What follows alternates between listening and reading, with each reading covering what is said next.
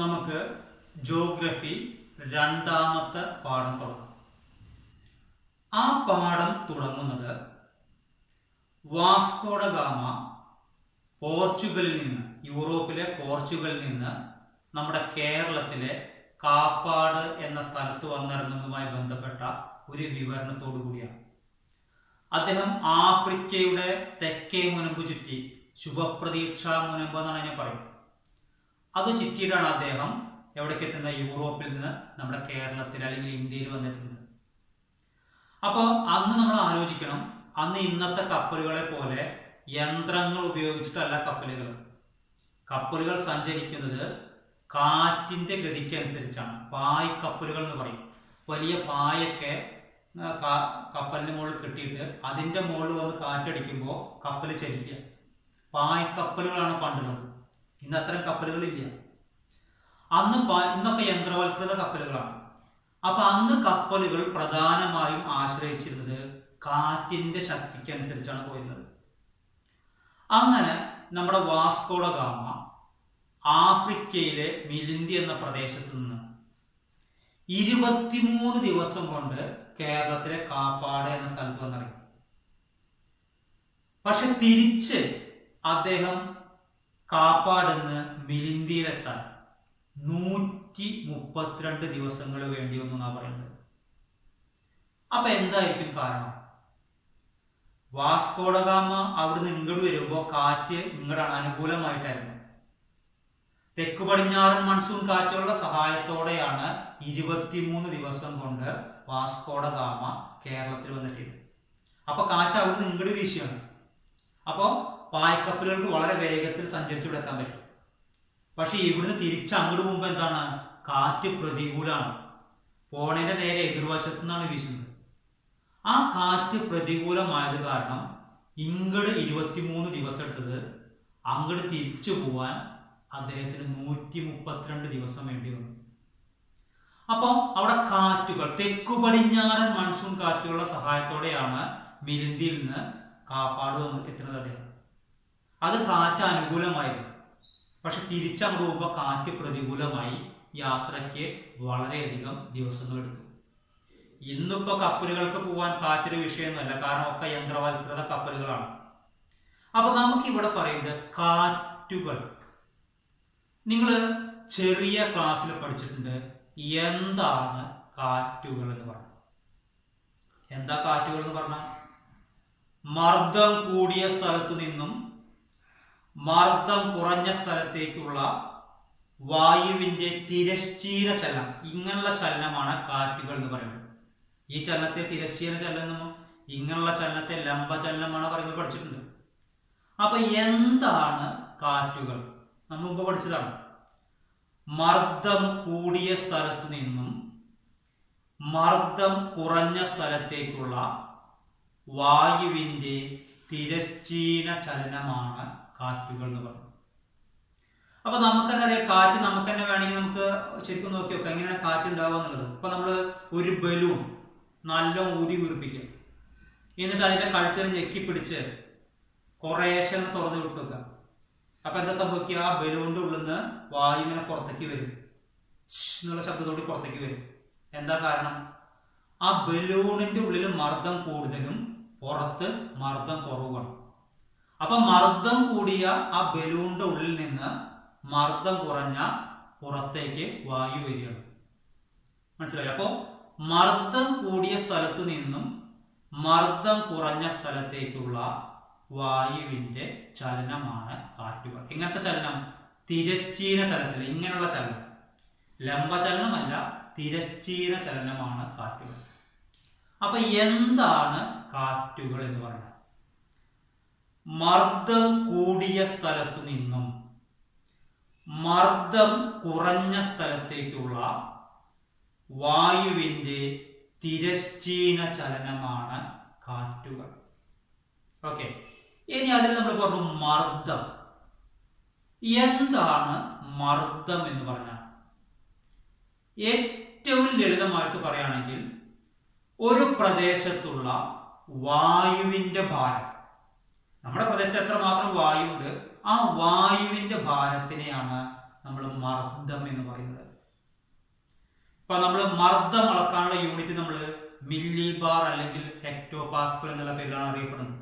ചിലപ്പോൾ ഒരു മാർക്കിൽ ചോദിക്കാം, മർദ്ദം അളക്കുന്നതിനുള്ള യൂണിറ്റ് മില്ലി ബാർ അല്ലെങ്കിൽ ഹെക്ടോ പാസ്കൽ എന്നുള്ള രീതിയിലാണ്. അപ്പൊ നമ്മൾ 1 കിലോ പഞ്ചസാര 1 കിലോ ശർക്കര എന്നൊക്കെ പറയില്ലേ, അതേപോലെ മർദ്ദം അളക്കുന്നതിനുള്ള ഏകകം അല്ലെങ്കിൽ യൂണിറ്റ് എന്ന് പറയുന്നത് മില്ലി ബാർ അല്ലെങ്കിൽ ഹെക്ടോ പാസ്കൽ ആണ്. ഓക്കെ, എന്നൊക്കെ നമ്മൾ മർദ്ദം എന്താ നമ്മൾ പറഞ്ഞു. ആ അന്തരീക്ഷ മർദ്ദത്തെ സ്വാധീനിക്കുന്ന 3 ഘടകങ്ങളുണ്ട്. ഒരു പ്രദേശത്തെ മർദ്ദത്തെ സ്വാധീനിക്കുന്ന 3 ഘടകങ്ങൾ. 1 ഉയരം, 2 താപം, 3 ആർദ്രത. ഇതൊക്കെ ഓരോന്നായിട്ട് നമുക്ക് പറയാം. അപ്പോ അന്തരീക്ഷ മർദ്ദത്തെ സ്വാധീനിക്കുന്ന ഘടകങ്ങൾ: ഉയരം, താപം, ആർദ്രത. അന്തരീക്ഷ മർദ്ദത്തെ സ്വാധീനിക്കുന്ന ഘടകങ്ങൾ: 1 ഉയരം, 2 താപം, 3 ആർദ്രത. ഇനി ആദ്യത്തെ നമുക്ക് എടുക്കാം ഉയരം. അന്തരീക്ഷ മർദ്ദവും ഉയരവും തമ്മിലുള്ള ബന്ധം. അതായത് ഉയരം കൂടുന്തോറും മർദ്ദം കുറഞ്ഞു വരുന്നു. ഉയരവും മർദ്ദവും എപ്പോഴും വിപരീതാനുപാതത്തിലാണ്. കാരണം എന്താണ്? ഉയരം കൂടുന്തോറും അന്തരീക്ഷ വായുവില് ആ അന്തരീക്ഷത്തിൽ വായുവിന്റെ അളവ് കുറഞ്ഞു വരും. അപ്പോ ഉയരത്തിലെത്തും തോറും എന്താണ്? മർദ്ദം കുറഞ്ഞു വരും. ഇപ്പൊ നമുക്ക് ഉദാഹരണത്തിന് നമുക്ക് അറിയാൻ പറ്റും, ഇപ്പൊ ഉയർന്ന സ്ഥലത്തേക്ക്, ഇപ്പൊ തേക്കടി, മൂന്നാർ അങ്ങനത്തെ സ്ഥലത്തേക്ക് പോകുമ്പോൾ നമുക്ക് ചെവിയിലൊക്കെ എന്താണ് ഒരു ആകെ അടഞ്ഞ മാതിരി അനുഭവപ്പെടും. കാരണം മുകളിലേക്ക് പോകുന്തോറും വായു കുറഞ്ഞു വരികയാണ് ചെയ്യുന്നത്. ഇപ്പൊ നിങ്ങൾ ഹിമാലയം കയറാൻ പോണവരൊക്കെ നിങ്ങൾ കണ്ടാവും, പിന്നില് ഒരു ഓക്സിജൻ സിലിണ്ടറൊക്കെ വെച്ചിട്ടാണ് കയറുക. എന്താ കാരണം? മുകളില് അന്തരീക്ഷ വായു ഉയരം കൂടുന്തോറും വായു വളരെ കുറഞ്ഞു വരും. അപ്പോ ഉയരവും മർദ്ദവും വിപരീതാനുപാതത്തിലാണ്. ഇപ്പൊ വേണ്ട ഉദാഹരണത്തിന് വെച്ചൊക്കെ നമ്മുടെ കോതച്ചെറിയും പെരിങ്ങോടൊക്കെ കുന്നുണ്ട്. നമ്മുടെ സാധാരണ നിരപ്പുള്ള പ്രദേശത്തെ ആ കുന്നിന്റെ മുകളിൽ കയറി നിൽക്കുമ്പോൾ മർദ്ദം നമുക്ക് കുറവാണ് അനുഭവപ്പെടുന്നത്. കാരണം കുന്ന് കുറച്ച് ഉയരത്തിലാണ്. അപ്പോൾ ഉയരം കൂടുന്തോറും മർദ്ദം കുറഞ്ഞു വരുന്നു. കാരണം എന്താണ്? ഉയരം കൂടുന്തോറും അന്തരീക്ഷ വായുവിന്റെ അളവ് കുറഞ്ഞു വരുന്നു. അപ്പൊ നമുക്ക് ആ പോയിന്റ് മതി. ഉയരവും മർദ്ദവും വിപരീതാനുപാതത്തിലാണ്. എന്ന് വെച്ചാൽ എന്താണ്? ഉയരം കൂടുന്തോറും മർദ്ദം കുറയുന്നു. ഓക്കെ, ഇനി അടുത്തതാണ് താപം. താപം എന്ന് പറഞ്ഞാൽ ഏറ്റവും ലളിതമായിട്ട് പറയുന്നത് ചൂട്. താപം കൂടുന്തോറും മർദ്ദം കുറയുന്നു. അതും ഉയരത്തിനെ പോലെ തന്നെ വിപരീതാനുപാതത്തിലാണ്. താപം കൂടുന്തോറും മർദ്ദം കുറയുന്നു. എന്താ കാരണം? നല്ല ചൂട് ഏൽക്കുമ്പോൾ അവിടുത്തെ വായു ചൂട് പിടിച്ച് വികസിച്ച് മുകളിലേക്ക് ഉയർന്നു പോകും. അപ്പൊ അവിടുത്തെ വായുവിന്റെ അളവ് കുറയും. അപ്പൊ താപവും മർദ്ദവും വിപരീതാനുപാതത്തിലാണ്. താപം കൂടുന്തോറും മർദ്ദം കുറയും, താപം കുറയും തോറും മർദ്ദം കൂടും. അത് ഓർമ്മിച്ച താപത്തിൽ നമ്മൾ തുടങ്ങണം. താപം കൂടുന്തോറും മർദ്ദം കുറയും, താപം കുറയും തോറും മർദ്ദം കൂടും. താപം എന്ന് പറഞ്ഞാൽ ചൂട്. അപ്പൊ താപവും മർദ്ദവും വിപരീത അനുപാതത്തിലാണ്. അത് മനസ്സിലായെങ്കിൽ നിങ്ങളോട് ചോദ്യം ചോദിച്ചാൽ നിങ്ങൾക്ക് പറയാൻ പറ്റും, പകലാണോ രാത്രിയിലാണോ മർദ്ദം കൂടുതൽ അനുഭവപ്പെടുക? അപ്പൊ നമ്മൾ ഓർമ്മിക്കുക എന്താണ്? താപം കൂടുന്തോറും മർദ്ദം കുറയും, താപം കുറയും തോറും മർദ്ദം കൂടും. അപ്പൊ രാത്രിയിലാണോ പകലാണോ താപം കൂടുക? പകലാണ്. കാരണം സൂര്യപ്രകാശം വരുമ്പോൾ ചൂട് കൂടുതലാണ്. അപ്പൊ പകൽ സമയത്ത് മർദ്ദം കുറവും, രാത്രിയിൽ മർദ്ദം കൂടുതലാണ്. കാരണം എന്താണ്? പകല് താപം കൂടുതലാണ്, അപ്പൊ മർദ്ദം കുറയും. രാത്രിയില് താപം കുറവാണ്, അപ്പൊ മർദ്ദം കൂടും. അപ്പൊ താപവും മർദ്ദവും വിപരീതാനുപാതത്തിലാണ്. താപം കൂടും തോറും മർദ്ദം കുറയും, താപം കുറയും തോറും മർദ്ദം കൂടും. ഇനി മൂന്നാമത്തെയാണ് ആർദ്രത. എന്താണ് ആർദ്രത എന്ന് നമ്മൾ 9ാം ക്ലാസ്സിൽ പഠിച്ചിട്ടുണ്ട്. ഒരു പാഠം മുഴുവൻ അതായിരുന്നു. എന്താണ് ആർദ്രത? അന്തരീക്ഷ വായുവിലെ ജലാംശത്തിന്റെ അളവിനെയാണ് നമ്മൾ ആർദ്രത എന്ന് പറയുന്നത്. അന്തരീക്ഷ വായുവിൽ ജലാംശം ഏത് രൂപത്തിലാണ് ഉണ്ടാവുക? നീരാവി രൂപത്തിലാണ്. അപ്പൊ നീരാവിക്ക് വായുവിനേക്കാൾ ഭാരം കുറവാണ്. അപ്പൊ നീരാവിയുടെ അളവ് കൂടുന്തോറും എന്ത് സംഭവിക്കും? അവിടെ മർദ്ദം കുറഞ്ഞു വരും. അപ്പൊ നമുക്ക് ഇത്ര മതി. ആർദ്രതയും മർദ്ദവും തമ്മിലും വിപരീതാനുപാതത്തിലാണ്. ആർദ്രത കൂടുന്തോറും മർദ്ദം കുറയും, ആർദ്രത കുറയും തോറും മർദ്ദം കൂടും. അപ്പോ ഇത്ര ഓർമ്മിക്ക്. അന്തരീക്ഷ മർദ്ദത്തെ സ്വാധീനിക്കുന്ന ഘടകങ്ങൾ ഏതെല്ലാം? ഒന്ന് ഉയരം. ഉയരം കൂടുന്തോറും മർദ്ദം കുറയും. അതിനൊരു കണക്കുണ്ട്. ഓരോ 10 മീറ്റർ ഉയരം ചെല്ലുന്തോറും 1 മില്ലിബാർ എന്ന തോതിലാണ് മർദ്ദം കുറഞ്ഞു വരിക. ഇങ്ങനെ ഓരോ 10 മീറ്ററിന് മുകളിൽ കൂടുതലും 1 മില്ലിബാർ എന്ന തോതിൽ മർദ്ദം കുറഞ്ഞു വരും. അപ്പോ ഉയരവും മർദ്ദവും വിപരീതാനുപാതത്തിലാണ്. രണ്ടാമത്തെ താപം. താപവും മർദ്ദവും വിപരീതാനുപാതത്തിലാണ്. എന്ന് വെച്ചാൽ എന്താണ്? താപം കൂടുന്തോറും മർദ്ദം കുറയും, താപം കുറയും തോറും മർദ്ദം കൂടും. മൂന്നാമത്തെ ആർദ്രത. ആർദ്രത കൂടുന്തോറും എന്ത് സംഭവിക്കും? മർദ്ദം കുറയും. ആർദ്രത കുറയും തോറും മർദ്ദം കൂടും. അപ്പോ അന്തരീക്ഷ മർദ്ദത്തെ സ്വാധീനിക്കുന്ന 3 ഘടകങ്ങളാണ് ഉയരം, താപം, ആർദ്രത. ഒന്നുകൂടി പറയാം. അന്തരീക്ഷ മർദ്ദത്തെ സ്വാധീനിക്കുന്ന ഘടകങ്ങൾ ഉയരം, താപം, ആർദ്രത. ഓക്കെ. അപ്പൊ നമ്മള് മർദ്ദത്തെ കുറിച്ചാണ് പറയുന്നത്. എന്താണ് മർദ്ദം എന്ന് പറഞ്ഞാൽ? അന്തരീക്ഷ വായു ചെലുത്തുന്ന ഭാരമാണ് മർദ്ദം. അല്ലെങ്കിൽ ഏറ്റവും ലളിതമായിട്ട് പറയുകയാണെങ്കിൽ അന്തരീക്ഷ വായുവിന്റെ ഭാരമാണ് മർദ്ദം എന്ന് പറയുന്നത്. ഇനി ചുറ്റുപാടുകളെ അപേക്ഷിച്ച് ഒരു പ്രദേശത്ത് മർദ്ദം കൂടുതലാണെങ്കിൽ അതിനെ ഉച്ചമർദ്ദം എന്ന് പറയും. അത് നമ്മള് ഭൂപടത്തിലൊക്കെ നമ്മൾ എച്ച് എന്നാണ് കാണിക്കുക. ഹൈ, ഉച്ചമർദ്ദം, ഹൈ പ്രഷർ എന്നുള്ള രീതിയിലാണ് പറയുക. അപ്പൊ എന്താണ് ഉച്ചമർദ്ദം?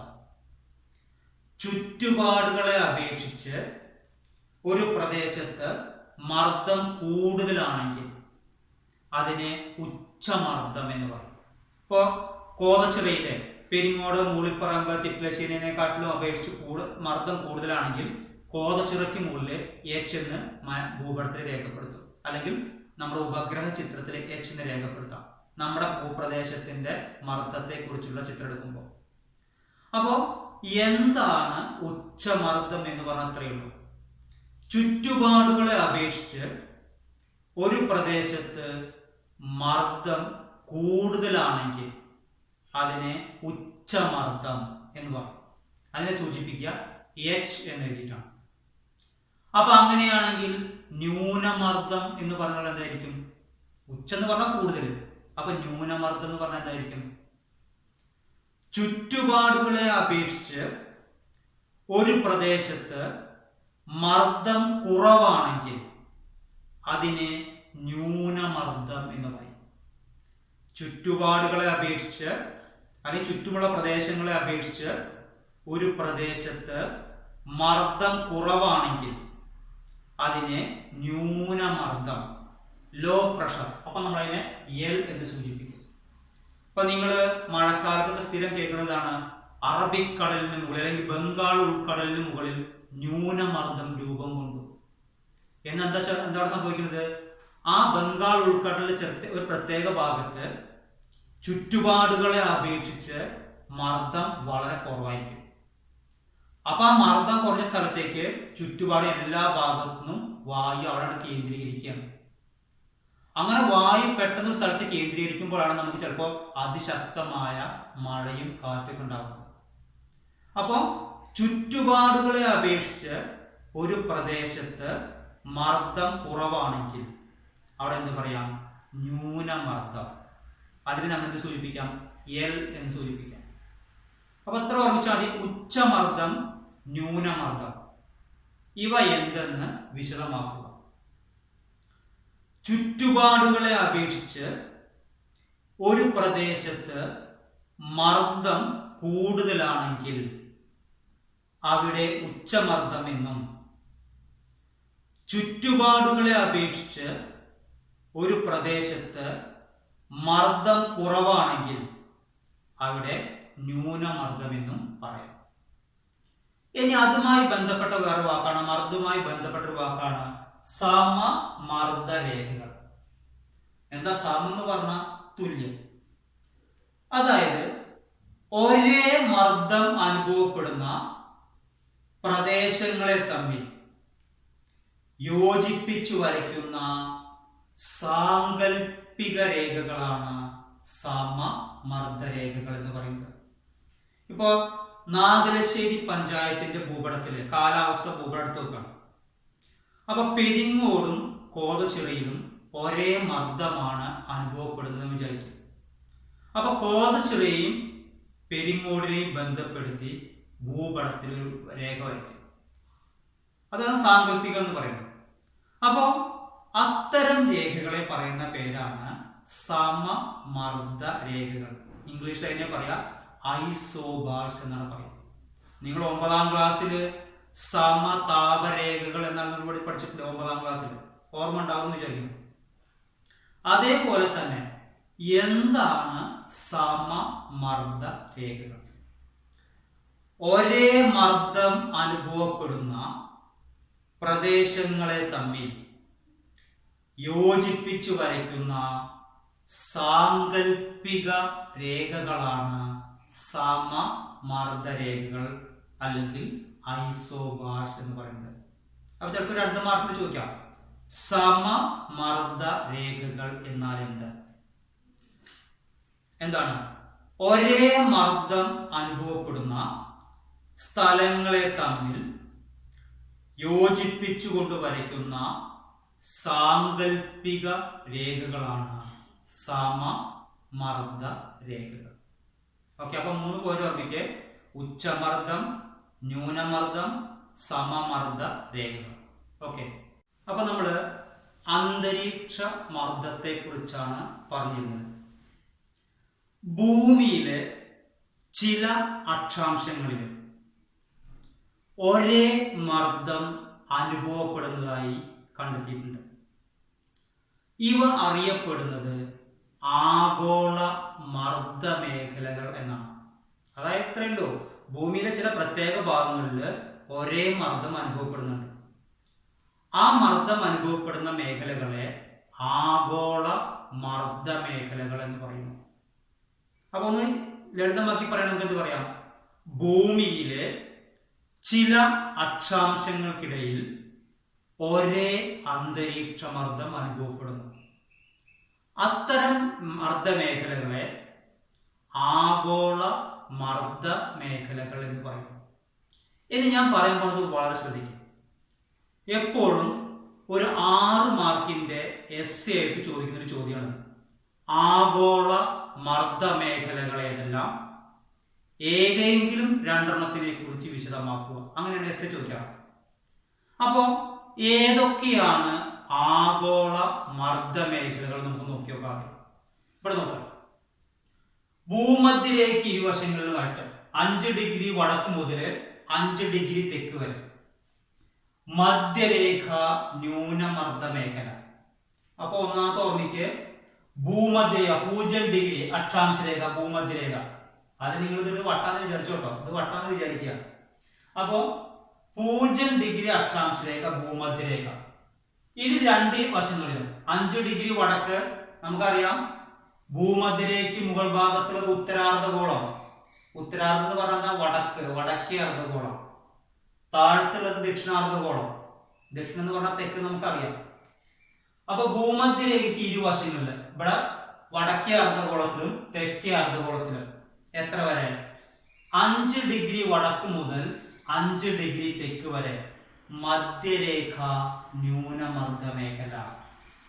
അപ്പോ ആഗോള മർദ്ദ മേഖലകളിൽ ഒന്നാമത്തെ ഭൂമധ്യരേഖയ്ക്ക് ഇരുവശങ്ങളിലും 5 ഡിഗ്രി വടക്ക് മുതൽ 5 ഡിഗ്രി തെക്ക് വരെ മധ്യരേഖ ന്യൂനമർദ്ദ മേഖല. ഇനി രണ്ടാമത് നോക്ക്, 30 ഡിഗ്രി വടക്ക് 30 ഡിഗ്രി തെക്ക് രണ്ട് അർദ്ധഗോളങ്ങളിലും 30 ഡിഗ്രി വടക്ക് 30 ഡിഗ്രി തെക്ക് ഉപോഷ്ണ ഉച്ചമർദ്ദ മേഖല എന്ന് പറയും. അപ്പൊ നമുക്കറിയാം ന്യൂനം എന്ന് പറഞ്ഞാൽ കുറവ്, ഉച്ച എന്ന് പറഞ്ഞാൽ കൂടുതൽ. അപ്പൊ ഇവിടെ മർദ്ദം കുറഞ്ഞ മേഖല, ഇവിടെ മർദ്ദം കൂടിയ മേഖല. അപ്പൊ 30 ഡിഗ്രി വടക്ക് 30 ഡിഗ്രി തെക്ക് ഉപോഷ്ണ ഉച്ചമർദ്ദ മേഖല.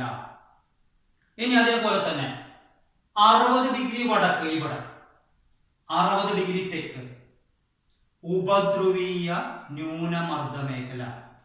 60 ഡിഗ്രി വടക്ക് 60 ഡിഗ്രി തെക്ക് ഉപദ്രുവീയ ന്യൂനമർദ്ദ മേഖല.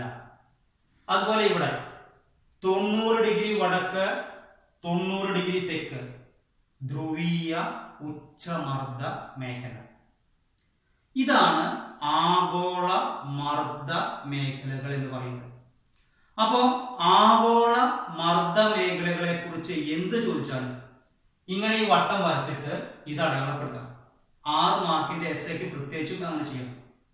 അപ്പോ ആഗോള മർദ്ദ മേഖലകൾ ഏതൊക്കെയാണ് ആദ്യം ക്ലിയർ ആയി മനസ്സിലാക്കുക. ഒന്നാം, ഭൂമധ്യരേഖയ്ക്ക് ഇരുവശങ്ങളിലും 5 ഡിഗ്രി വടക്ക് മുതൽ 5 ഡിഗ്രി തെക്ക് വരെ മധ്യരേഖ ന്യൂനമർദ്ദ മേഖല എന്ന് പറഞ്ഞാൽ അവിടെ മർദ്ദം കുറഞ്ഞ മേഖലയാണ്. അതേപോലെ 30 ഡിഗ്രി വടക്ക് 30 ഡിഗ്രി തെക്ക് ഉപോഷ്ണ ഉച്ചമർദ്ദ മേഖല. ഉച്ചമർദ്ദം എന്ന് പറഞ്ഞാൽ എന്താണ്? അവിടെ മർദ്ദം കൂടിയ മേഖലയാണ്. 60 ഡിഗ്രി വടക്ക് 60 ഡിഗ്രി തെക്ക് ഉപദ്രുവീയ ന്യൂനമർദ്ദ മേഖല.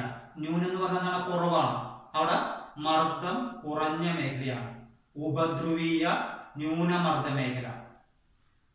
90 ഡിഗ്രി വടക്ക് 90 ഡിഗ്രി തെക്ക് ധ്രുവീയ ഉച്ചമർദ്ദ മേഖല. അപ്പൊ ഇതാണ് ആഗോള മർദ്ദ മേഖലകൾ എന്നറിയപ്പെടുന്നത്. അപ്പൊ ഏതൊക്കെയാണ് ആഗോള മർദ്ദ മേഖലകൾ? ഏതെല്ലാം?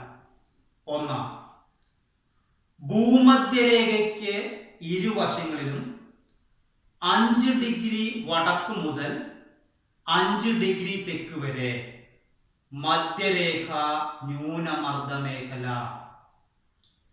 30 ഡിഗ്രി വടക്ക്, ഒരു കോമൺ കേട്ടോ, 30 ഡിഗ്രി വടക്ക് 30 ഡിഗ്രി തെക്ക് ഉപോഷ്ണ ഉച്ചമർദ്ദ മേഖല. 60 ഡിഗ്രി വടക്ക് 60 ഡിഗ്രി തെക്ക് ഉപദ്രുവീയ ന്യൂനമർദ്ദ മേഖല. 90 ഡിഗ്രി വടക്ക് 90 ഡിഗ്രി തെക്ക് ധ്രുവീയ ഉച്ചമർദ്ദ മേഖല. ഇതാണ് ആഗോള മർദ്ദ മേഖലകൾ എന്നറിയപ്പെടുന്നത്. അപ്പൊ ഈ ആഗോള മർദ്ദ മേഖലകൾ പരിശോധിക്കുമ്പോൾ നമുക്കൊരു കാര്യം കാണാൻ പറ്റും. എന്താണ്? ആദ്യം ഒരു ന്യൂനമർദ്ദ മേഖല, പിന്നെ ഒരു ഉച്ചമർദ്ദ മേഖല, പിന്നെ ഒരു ന്യൂനമർദ്ദ മേഖല, പിന്നെ ഉച്ചമർദ്ദ മേഖല. അപ്പൊ മർദ്ദ മേഖലകൾ ഒന്നിടവിട്ടിട്ടാണ്.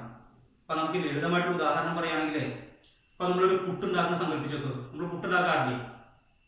ആദ്യം കുറച്ച് നാളികേരം, പിന്നെ അരിപ്പൊടി, നാളികേരം, അരിപ്പൊടി, അങ്ങനെ ഒന്നിടവിട്ടാണ് നമ്മൾ ചെയ്യുന്നത്. അങ്ങനെ ഒന്ന് ഓർമ്മിക്കാൻ വേണ്ടി പറഞ്ഞു മാത്രം.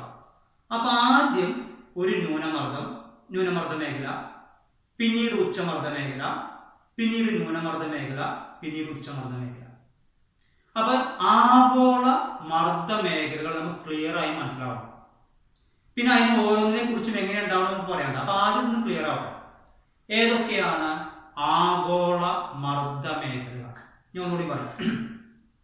ഒന്ന്, ഭൂമധ്യരേഖയ്ക്ക് ഇരുവശങ്ങളിലും 5 ഡിഗ്രി വടക്ക് മുതൽ 5 ഡിഗ്രി തെക്ക് വരെ മധ്യരേഖ ന്യൂനമർദ്ദ മേഖല. രണ്ടാമത്തെ, 30 ഡിഗ്രി വടക്ക്, 30 ഡിഗ്രി തെക്ക് ഉപോഷ്ണ ഉച്ചമർദ്ദ മേഖല. 60 ഡിഗ്രി വടക്ക്, 60 ഡിഗ്രി തെക്ക് ഉപധ്രുവീയ ന്യൂനമർദ്ദ മേഖല. 90 ഡിഗ്രി വടക്ക്, 90 ഡിഗ്രി തെക്ക് ധ്രുവീയ ഉച്ചമർദ്ദ മേഖല. ഒന്നുകൂടി പറയാൻ ശ്രദ്ധിക്കുക. 0 ഡിഗ്രി അക്ഷാംശ രേഖ, ഭൂമധ്യരേഖ ഇരുവശങ്ങളിലും ഇവിടെയും ഇവിടെ 5 ഡിഗ്രി വടക്ക് 5 ഡിഗ്രി തെക്ക് മധ്യരേഖ ന്യൂനമർദ്ദ മേഖല. 30 ഡിഗ്രി വടക്ക് ഉപോഷ്ണ ഉച്ചമർദ്ദ മേഖല.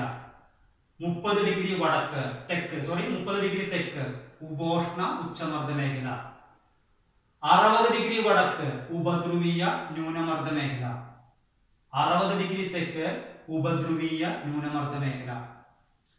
90 ഡിഗ്രി വടക്ക് ധ്രുവീയ ഉച്ചമർദ്ദ മേഖല. 90 ഡിഗ്രി തെക്ക് ധ്രുവീയ ഉച്ചമർദ്ദ മേഖല. അപ്പോ ആഗോള മർദ്ദ മേഖലകൾ ഏതെല്ലാം? ഒന്ന്, ഭൂമധ്യരേഖയ്ക്ക് ഇരുവശങ്ങളിലും 5 ഡിഗ്രി വടക്ക് മുതൽ 5 ഡിഗ്രി തെക്ക് വരെ മധ്യരേഖ ന്യൂനമർദ്ദ മേഖല.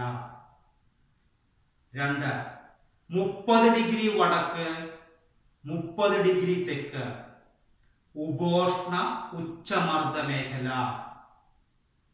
60 ഡിഗ്രി വടക്ക് 60 ഡിഗ്രി തെക്ക് ഉപധ്രുവീയ ന്യൂനമർദ്ദ മേഖല. 90 ഡിഗ്രി വടക്ക് 90 ഡിഗ്രി തെക്ക് ധ്രുവീയ ഉച്ചമർദ്ദ മേഖല. ഇവയാണ് ആഗോള മർദ്ദ മേഖലകൾ എന്നറിയപ്പെടുന്നത്. ഓക്കെ, അപ്പോ നമ്മൾ ആഗോള മർദ്ദ മേഖലകളെ കുറിച്ച് പറഞ്ഞു. അതിൽ നമ്മൾ പറഞ്ഞു ഭൂമധ്യരേഖയ്ക്ക് ഇരുവശങ്ങളിലും 5 ഡിഗ്രി വടക്ക് മുതൽ 5 ഡിഗ്രി തെക്ക് വരെ ഏത് മർദ്ദ മേഖല? മധ്യരേഖ ന്യൂനമർദ്ദ മേഖല. ഇവിടെ നോക്കാം. ഭൂമധ്യരേഖ ഇരുവശം 5 ഡിഗ്രി വടക്ക് മുതൽ 5 ഡിഗ്രി തെക്ക് വരെ ഈ മേഖലയാണ് മധ്യരേഖ ന്യൂനമർദ്ദ മേഖല. എന്ന് വെച്ചാൽ എന്താണ്? അവിടെ മർദ്ദം കുറഞ്ഞ മേഖലയാണ്. അപ്പൊ നമ്മൾ ചോദിക്കുകയാണ്, എങ്ങനെയാണ് ഭൂമധ്യരേഖ പ്രദേശം മർദ്ദം കുറഞ്ഞ മേഖലയായി മാറുന്നത്? അപ്പൊ നമുക്കറിയാം, ഭൂമധ്യരേഖ പ്രദേശത്താണ് സൂര്യരശ്മികൾ ലംബമായി അല്ലെങ്കിൽ കുത്തനെ പതിക്കുന്നത്.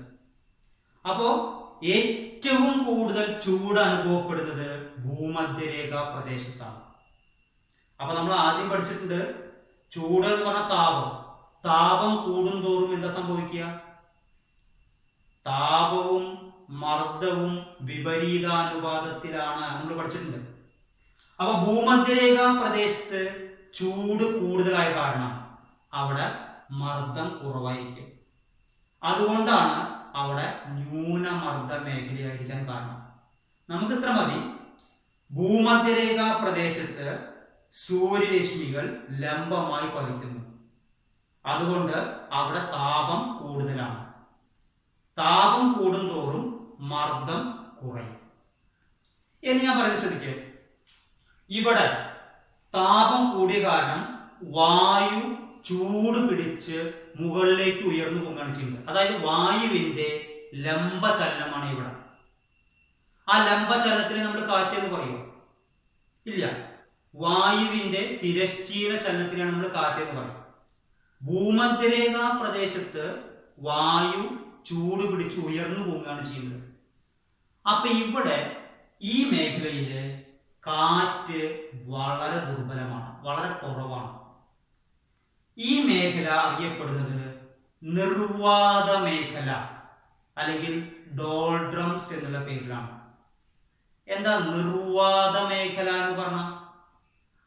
വാദം എന്ന വാക്കിന് കാറ്റ് എന്നുകൂടി അർത്ഥമുണ്ട്. വാദം എന്ന് പറഞ്ഞ ഒരു അസുഖത്തിന്റെ പേരുണ്ട്, അതല്ല. വാദം എന്ന് പറഞ്ഞാൽ കാറ്റ് എന്നൊരർത്ഥമുണ്ട്. അപ്പൊ നിർവാദം എന്ന് പറഞ്ഞാൽ എന്താണ്? കാറ്റില്ലാത്ത മേഖല.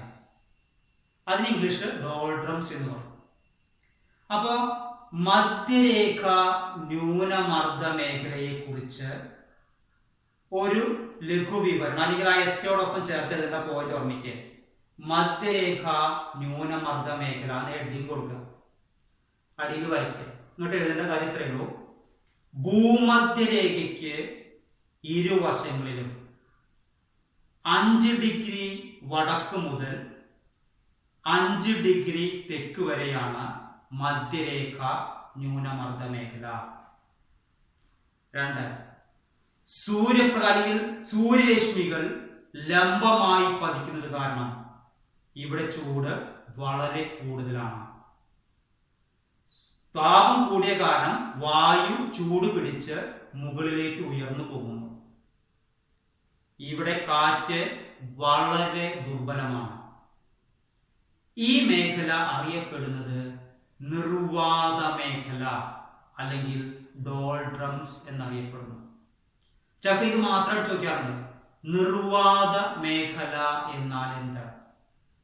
അപ്പോൾ തന്നെ ഉത്തരം ഭൂമധ്യരേഖയ്ക്ക് ഇരുവശങ്ങളിലും 5 ഡിഗ്രി വടക്ക് മുതൽ 5 ഡിഗ്രി തെക്ക് വരെ മധ്യരേഖ ന്യൂനമർദ്ദ മേഖല എന്നറിയപ്പെടുന്നു. സൂര്യരശ്മികൾ ലംബമായി പതിക്കുന്നത് കാരണം ഇവിടുത്തെ വായു ചൂട് പിടിച്ച് മുകളിലേക്ക് ഉയർന്നു പോകുന്നു. ഇവിടെ കാറ്റുകൾ വളരെ ദുർബലമാണ്. ഈ മേഖലയാണ് നിർവാത മേഖല അല്ലെങ്കിൽ ഡോൾഡ്രംസ് എന്നറിയപ്പെടുന്നത്. അപ്പോൾ മധ്യരേഖ ന്യൂനമർദ്ദ മേഖലയ്ക്ക് താഴെ എഴുതേണ്ട പോയിന്റാണ് ഇപ്പൊ ഞാൻ പറഞ്ഞത്. ഓക്കെ, നമ്മൾ മധ്യരേഖ ന്യൂനമർദ്ദ മേഖല പറഞ്ഞു. ഇനി രണ്ടാമത്തെയാണ് 30 ഡിഗ്രി വടക്ക് 30 ഡിഗ്രി തെക്ക്. ഇവിടെ ഉപോഷ്ണ ഉച്ചമർദ്ദ മേഖല. എന്താ ഉച്ചമർദ്ദ മേഖല എന്ന് പറഞ്ഞാൽ? അവിടെ മർദ്ദം കൂടിയ മേഖലയാണ്. അപ്പൊ എന്തുകൊണ്ടാണ് 30 ഡിഗ്രി വടക്കും 30 ഡിഗ്രി തെക്കും ഉച്ചമർദ്ദ മേഖലയാവാൻ കാരണം? അതാണ് അതിലെഴുതുന്നത്.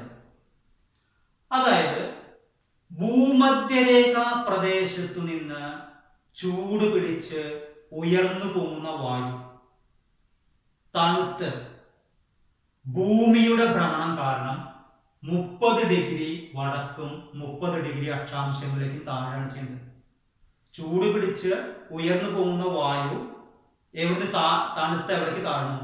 30 ഡിഗ്രി വടക്കും 30 ഡിഗ്രി തെക്ക് അക്ഷാംശത്തിലേക്കും താഴെയാണ്. അപ്പൊ ഭൂമധ്യരേഖ പ്രദേശത്ത് പോകുന്ന വായു എവിടേക്കാ വന്ന് ചേരുന്നത്? 30 ഡിഗ്രി വടക്ക് 30 ഡിഗ്രി തെക്ക്. അപ്പോ അവിടുത്തെ വായുവിന്റെ അളവ് വർദ്ധിക്കും. അപ്പൊ ആ വായുവിന്റെ അളവ് വർദ്ധിക്കുക പറഞ്ഞ എന്താ അർത്ഥം? എന്താ മർദ്ദം എന്ന് പറഞ്ഞ? ഒരു നിശ്ചിത സ്ഥലത്തുള്ള വായുവിന്റെ ഭാരമാണ്. അപ്പൊ വായുവിന്റെ അളവ് കൂടുന്തോറും മർദ്ദം കൂടും. അപ്പൊ നമുക്ക് ഇത്ര മതി. 30 ഡിഗ്രി വടക്ക് 30 ഡിഗ്രി തെക്ക് ഉപോഷ്ണ ഉച്ചമർദ്ദ മേഖല. അവിടെ എഴുതാനുള്ള പോയിന്റ് എന്താണ്? മധ്യരേഖ പ്രദേശത്ത് നിന്ന് ചൂട് പിടിച്ച് ഉയർന്നു പൊങ്ങുന്ന വായു തണുത്ത് ഭൂമിയുടെ ഭ്രമണം കാരണം 30 ഡിഗ്രി തെക്ക് 30 ഡിഗ്രി വടക്ക് അക്ഷാംശങ്ങളിൽ കേന്ദ്രീകരിക്കുന്നു. അതുകൊണ്ടാണ് അവിടെ ഉച്ചമർദ്ദ മേഖല അനുഭവപ്പെടാൻ കാരണം. ഓക്കെ, നമ്മള് ആഗോള മർദ്ദ മേഖലകളില് മധ്യരേഖ ന്യൂനമർദ്ദ മേഖലയെ കുറിച്ചും ഉപോഷ്ണ ഉച്ചമർദ്ദ മേഖലയെ കുറിച്ചും പറഞ്ഞു. ഇനി അടുത്ത് നമ്മൾ പറയുന്നത് 60 ഡിഗ്രി വടക്ക് 60 ഡിഗ്രി തെക്ക് ഉപദ്രുവീയ ന്യൂനമർദ്ദ മേഖല. എന്താ ന്യൂനമർദ്ദം എന്ന് പറഞ്ഞാൽ മർദ്ദം കുറഞ്ഞ മേഖലയാണ്. അപ്പൊ നിങ്ങളൊന്ന് ആലോചിച്ച് നോക്കുക, ഭൂമധ്യരേഖയിൽ നിന്ന് ധ്രുവങ്ങളിലേക്ക് പോകും തോറും ചൂട് കുറഞ്ഞു വരാൻ നിങ്ങൾ പഠിച്ചിട്ടുണ്ട്. ഇവിടെ ചൂട് കുറവായിട്ടും അല്ലെങ്കിൽ താപം കുറവായിട്ടും എന്തുകൊണ്ടായിരിക്കും അവിടെ ന്യൂനമർദ്ദം അനുഭവപ്പെടാൻ കാരണം, അല്ലെങ്കിൽ മർദ്ദം കുറവ് അനുഭവപ്പെടാൻ കാരണം? അത് ശ്രദ്ധിക്കുക. അതായത് 60 ഡിഗ്രി വടക്ക് 60 ഡിഗ്രി തെക്കും ധ്രുവപ്രദേശങ്ങളോട് ചേർന്നിട്ടായിട്ടും അവിടെ സംഭവിക്കുന്നത് ഭൂമിയുടെ ഭ്രമണം കാരണം ഇവിടുത്തെ വായു ചുഴറ്റി മാറ്റപ്പെടുകയാണ്. നല്ല കറങ്ങി പോവുകയാണ് ഇവിടുത്തെ വായു. അവിടെ വായു അധികം ഇല്ല. ഭൂമിയുടെ ഭ്രമണം കാരണം ഈ അക്ഷാംശങ്ങളുള്ള വായു ഇവിടുന്ന് ചുഴറ്റി മാറ്റപ്പെടുന്നു. അതായത് കറങ്ങി തിരിഞ്ഞ് മുകളിലേക്ക് പോവുകയാണ്. അതുകൊണ്ടാണ് ഇവിടെ ന്യൂനമർദ്ദ മേഖല ആവാൻ കാരണം. അപ്പൊ ആ പോയിന്റ് ഓർമ്മിക്ക്, 60 ഡിഗ്രി വടക്ക് 60 ഡിഗ്രി തെക്ക് ഉപദ്രുവീയ ന്യൂനമർദ്ദ മേഖല. എന്തുകൊണ്ടാണ് 60 ഡിഗ്രി വടക്കും 60 ഡിഗ്രി തെക്കും ന്യൂനമർദ്ദ മേഖലയാവാൻ കാരണം? ഭൂമിയുടെ ഭ്രമണം കാരണം ഈ പ്രദേശങ്ങളിലെ ഈ അക്ഷാംശങ്ങളിലെ വായു ചുഴറ്റി മാറ്റപ്പെടുന്നു. വായു ഒന്ന് പോവുകയാണ്. അതുകൊണ്ടാണ് ഇവിടെ എന്താണ് അനുഭവപ്പെടുന്നത്? ന്യൂനമർദ്ദം അനുഭവപ്പെടുന്നത്. അപ്പോ 60 ഡിഗ്രി വടക്ക് 60 ഡിഗ്രി തെക്ക് ഉപദ്രുവീയ ന്യൂനമർദ്ദ മേഖല. ഈ അക്ഷാംശം എന്താ സംഭവിക്കുന്നത്? ധ്രുവപ്രദേശത്തിനോട് ചേർന്നിട്ടായിട്ടും ഇവിടെ ന്യൂനമർദ്ദം അനുഭവപ്പെടാൻ എന്താണ് കാരണം? ഭൂമിയുടെ ഭ്രമണം കാരണം ഈ അക്ഷാംശങ്ങളിലെ വായു ചുഴറ്റി മാറ്റപ്പെടുന്നു. ആ ഓർമ്മിച്ചാൽ മതി, ഇവിടുത്തെ വായു ചുഴറ്റി മാറ്റപ്പെടുന്നു, കറങ്ങി തിരിഞ്ഞു പോവാണ് ഭൂമിയുടെ ഭ്രമണം കാരണം. അപ്പോ 60 ഡിഗ്രി വടക്കും 60 ഡിഗ്രി തെക്കും അക്ഷാംശങ്ങളിലെ വായു ഭൂമിയുടെ ഭ്രമണം കാരണം ചുഴറ്റി മാറ്റപ്പെടുന്നു. അതുകൊണ്ടാണ് ഇവിടെ ന്യൂനമർദ്ദ മേഖലയായിരിക്കാൻ കാരണം. ഓക്കെ, ഇന്ന് നമുക്ക് ഭൂമിയുടെ ഭ്രമണം മൂലമുണ്ടാകുന്ന ഒരു പ്രത്യേക ബലത്തെ കുറിച്ച് പറയാം. അത് നമ്മൾ കോറിയോലിസ് ബലം എന്നാണ് പറയുക. കോറിയോലിസ് പ്രഭാവം എന്നും പറയാറുണ്ട്. എന്താണ് കോറിയോലിസ് ബലം എന്ന് പറയുന്നതിനായിട്ട് മുമ്പ് നമുക്ക് ഏറ്റവും ലളിതമായിട്ടുള്ള ഉദാഹരണം ഞാൻ പറയാം. നിങ്ങൾ ഒരു കല്ലെടുത്തിട്ട് ശക്തമായിട്ട് വളരെ സ്പീഡിൽ നിങ്ങളുടെ തലയ്ക്ക് മുകളിലേക്ക് എറിയും. ഒരു കല്ലെടുത്തിട്ട് വളരെ ശക്തിയിൽ തലയ്ക്ക് മുകളിലേക്ക് എറിയാം, നിങ്ങളുടെ തലയ്ക്ക് മുകളിലേക്ക് എറിയും. വലിയ കല്ല് വേണ്ട, ചെറിയ കല്ല് മതി. ആ കല്ല് ശക്തമായിട്ട് തലയ്ക്ക് മുകളിലേക്ക് എറിയുമ്പോൾ നിങ്ങൾ വിചാരിക്കും ആ കല്ല് നിങ്ങളുടെ തലയിൽ വന്ന് വീഴുന്നു വിചാരിക്കുന്നുണ്ടാവും. പക്ഷേ നിങ്ങൾ എറിഞ്ഞ ആ കല്ല് ഒരിക്കലും നിങ്ങളുടെ തലയിൽ വീഴില്ല. അത് അല്പം വലത്ത് ഭാഗത്തേക്ക് മാറിയിട്ടേ വീഴുള്ളൂ. മനസ്സിലായോ? അപ്പൊ നിങ്ങൾ നേരെ എറിഞ്ഞൊരു കല്ല്, ആ കല്ല് നിങ്ങളുടെ തലയ്ക്ക് വീഴാണ്ട് അല്പം വലതു ഭാഗത്തേക്ക് ചെരിഞ്ഞു വീഴും. അത് നോക്കി നോക്ക്. ഇനി ഞാൻ പറയാൻ പോണ കാര്യം ശ്രദ്ധിച്ചാൽ മതി, അപ്പൊ നിങ്ങൾക്ക് കാര്യം മനസ്സിലാവും. അതായത് ഭൗമോപരിതലത്തിൽ സ്വതന്ത്രമായി സഞ്ചരിക്കുന്ന വസ്തുക്കൾക്ക് ഭൂമിയുടെ ഭ്രമണം കാരണം ഉത്തരാർദ്ധഗോളത്തിൽ അവയുടെ സഞ്ചാര ദിശയുടെ വലതുവശത്തേക്കും ദക്ഷിണാർദ്ധഗോളത്തിൽ അവയുടെ സഞ്ചാര ദിശയുടെ ഇടതുവശത്തേക്കും ദിശാവ്യതിയാനം സംഭവിക്കുന്നു. ഇതിന് കാരണമാകുന്ന ബലമാണ് കോറിയോലിസ് ബലം എന്ന് പറയുന്നത്. അപ്പൊ നമ്മുടെ ഇന്ത്യ എന്ന് പറഞ്ഞെങ്കിൽ ഏഷ്യ ഏതാണ്? ഉത്തരാർദ്ധഗോളത്തിലാണ്. ഇന്ത്യ ഉത്തരാർദ്ധഗോളത്തിലാണ്. അപ്പൊ നമ്മൾ ശക്തമായിട്ട് കല്ലെറിയുമ്പോൾ കല്ല് സ്വതന്ത്രമായിട്ട് സഞ്ചരിക്കുകയാണ്. ആ സ്വതന്ത്രമായി സഞ്ചരിക്കുന്ന വസ്തുവിന് എങ്ങോട്ട് ദിശാവ്യതിയാനം സംഭവിക്കും? വലതുവശത്തേക്ക് ദിശാവ്യതിയാനം സംഭവിക്കും. അപ്പൊ നമ്മൾ എറിഞ്ഞ കല്ല് എവിടേക്കാ വീഴുക? വലതുവശത്തേക്കാണ് വീഴുക. എന്നാൽ ദക്ഷിണാർദ്ധഗോളത്തിൽ നിന്നാണ് കല്ലെറിയുന്നതെങ്കിലോ ആ കല്ല് വന്ന് വീഴുക നിങ്ങളുടെ ഇടതുവശത്തായിരിക്കും. അപ്പോ എന്താണ് കോറിയോലിസ് ബലം എന്ന് പറഞ്ഞാൽ അത്രയേ ഉള്ളൂ. ഭൗമോപരിതലത്തിൽ സ്വതന്ത്രമായി സഞ്ചരിക്കുന്ന വസ്തുക്കൾക്ക് ഭൂമിയുടെ ഭ്രമണം കാരണം ഉത്തരാർദ്ധഗോളത്തിൽ അവയുടെ സഞ്ചാര ദിശയുടെ വലതുവശത്തേക്കും ദക്ഷിണാർദ്ധഗോളത്തിൽ അവയുടെ സഞ്ചാര ദിശയുടെ ഇടതുവശത്തേക്കും ദിശാവ്യതിയാനം സംഭവിക്കുന്നു. ഇതിന് കാരണമാകുന്ന ബലത്തിനെയാണ് കോറിയോലിസ് ബലം എന്ന് പറയുന്നത്. ഒന്നുകൂടെ നോക്കാം. ഇതാ, അപ്പൊ നിങ്ങൾ ഒരു കല്ല് എറിയാന്ന് വിചാരിച്ചോ, അല്ലെങ്കിൽ ഒരു കല്ല് ഇതാ നേരെ തലയ്ക്ക് മുകളിലേക്ക് എറിയ ഒരു കല്ലാന്ന് ചോദിക്കുക, അങ്ങനെ എറിയും. ആ കല്ല് നേരെ ഇങ്ങോട്ട് താഴേക്ക് വരുന്നതിന് പകരം ദിശ മാറിയിട്ട് ഇങ്ങോട്ട് വലതുവശത്തേക്ക് ചെരിഞ്ഞു പോകും. വലതുവശത്തേക്ക് ദിശാവ്യതിയാനം സംഭവിക്കും. അപ്പൊ ഉത്തരാർദ്ധഗോളത്തിൽ കോറിയോലിസ് പ്രഭാവം കാരണം വലതുവശത്തേക്കും, ദക്ഷിണാർദ്ധഗോളത്തിൽ നോക്കുക എങ്ങനെയാണ് ഇടതുവശത്തേക്കും ദിശാവ്യതിയാനം സംഭവിക്കുകയാണ്. അതിന് കാരണം ഭൂമിയുടെ ഭ്രമണമാണ്. ആ ബലത്തിന് പറയുന്ന പേരാണ് കോറിയോലിസ് ബലം എന്ന് പറയുന്നത്. ഇനി ഞാൻ വേറെ ഉദാഹരണം പറയാം. അപ്പൊ നിങ്ങൾ ജനങ്ങൾ ലഹള നടത്തുകയാണെങ്കിൽ, കലാപമൊക്കെ നടക്കുകയാണെങ്കിൽ പോലീസുകാര് ആകാശത്തേക്ക് വെടിവെക്കാറുണ്ട്. പോലീസുകാർ തോക്കെടുത്തിട്ട് സ്വന്തം തലയ്ക്ക് മുകളിൽ ഇങ്ങനെയാണ് വെടിവെക്കാറ്. ആ വെടിയുണ്ട നമുക്കറിയാം, ആ മുകളിലേക്ക് പോണ വെടിയുണ്ട ഗുരുത്വാകർഷണ ബലം താഴത്തേക്ക് വരണം. പക്ഷെ ആ വെടിവെച്ച പോലീസുകാരുടെ തലയ്ക്ക് ഒരിക്കലും ആ വെടിയുണ്ട വീഴില്ല. ആ വെടിയുണ്ട എങ്ങോട്ടേ വന്നു വീഴുള്ളൂ? വലതുവശത്തേക്ക് മാറിയിട്ടേ വന്നു വീഴുള്ളൂ. കാരണം എന്താണ്? ഈ വെടിയുണ്ട എന്ന് പറയുമ്പോൾ തോക്കുന്ന് വിട്ടാൽ പിന്നെ സ്വതന്ത്രമായിട്ട് പോയി. പിന്നെന്താണ്? അപ്പൊ കോറിയോലിസ് പ്രഭാവം കാരണം, അല്ലെങ്കിൽ ബലം കാരണം അതിന് വലതുവശത്തേക്ക് ദിശാവ്യതിയാനം സംഭവിക്കും. മനസ്സിലായി? അപ്പൊ എന്താണ് കോറിയോലിസ് ബലം എന്ന് പറഞ്ഞാൽ അത്രയേ ഉള്ളൂ.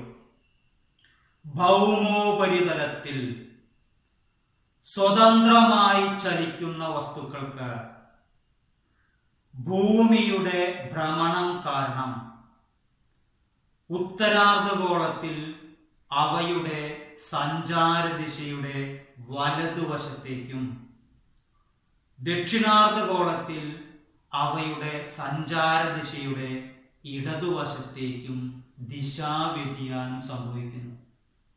ഇതിന് കാരണമാകുന്ന ബലത്തിനെയാണ് കോറിയോലിസ് ബലം എന്ന് പറയുന്നത്.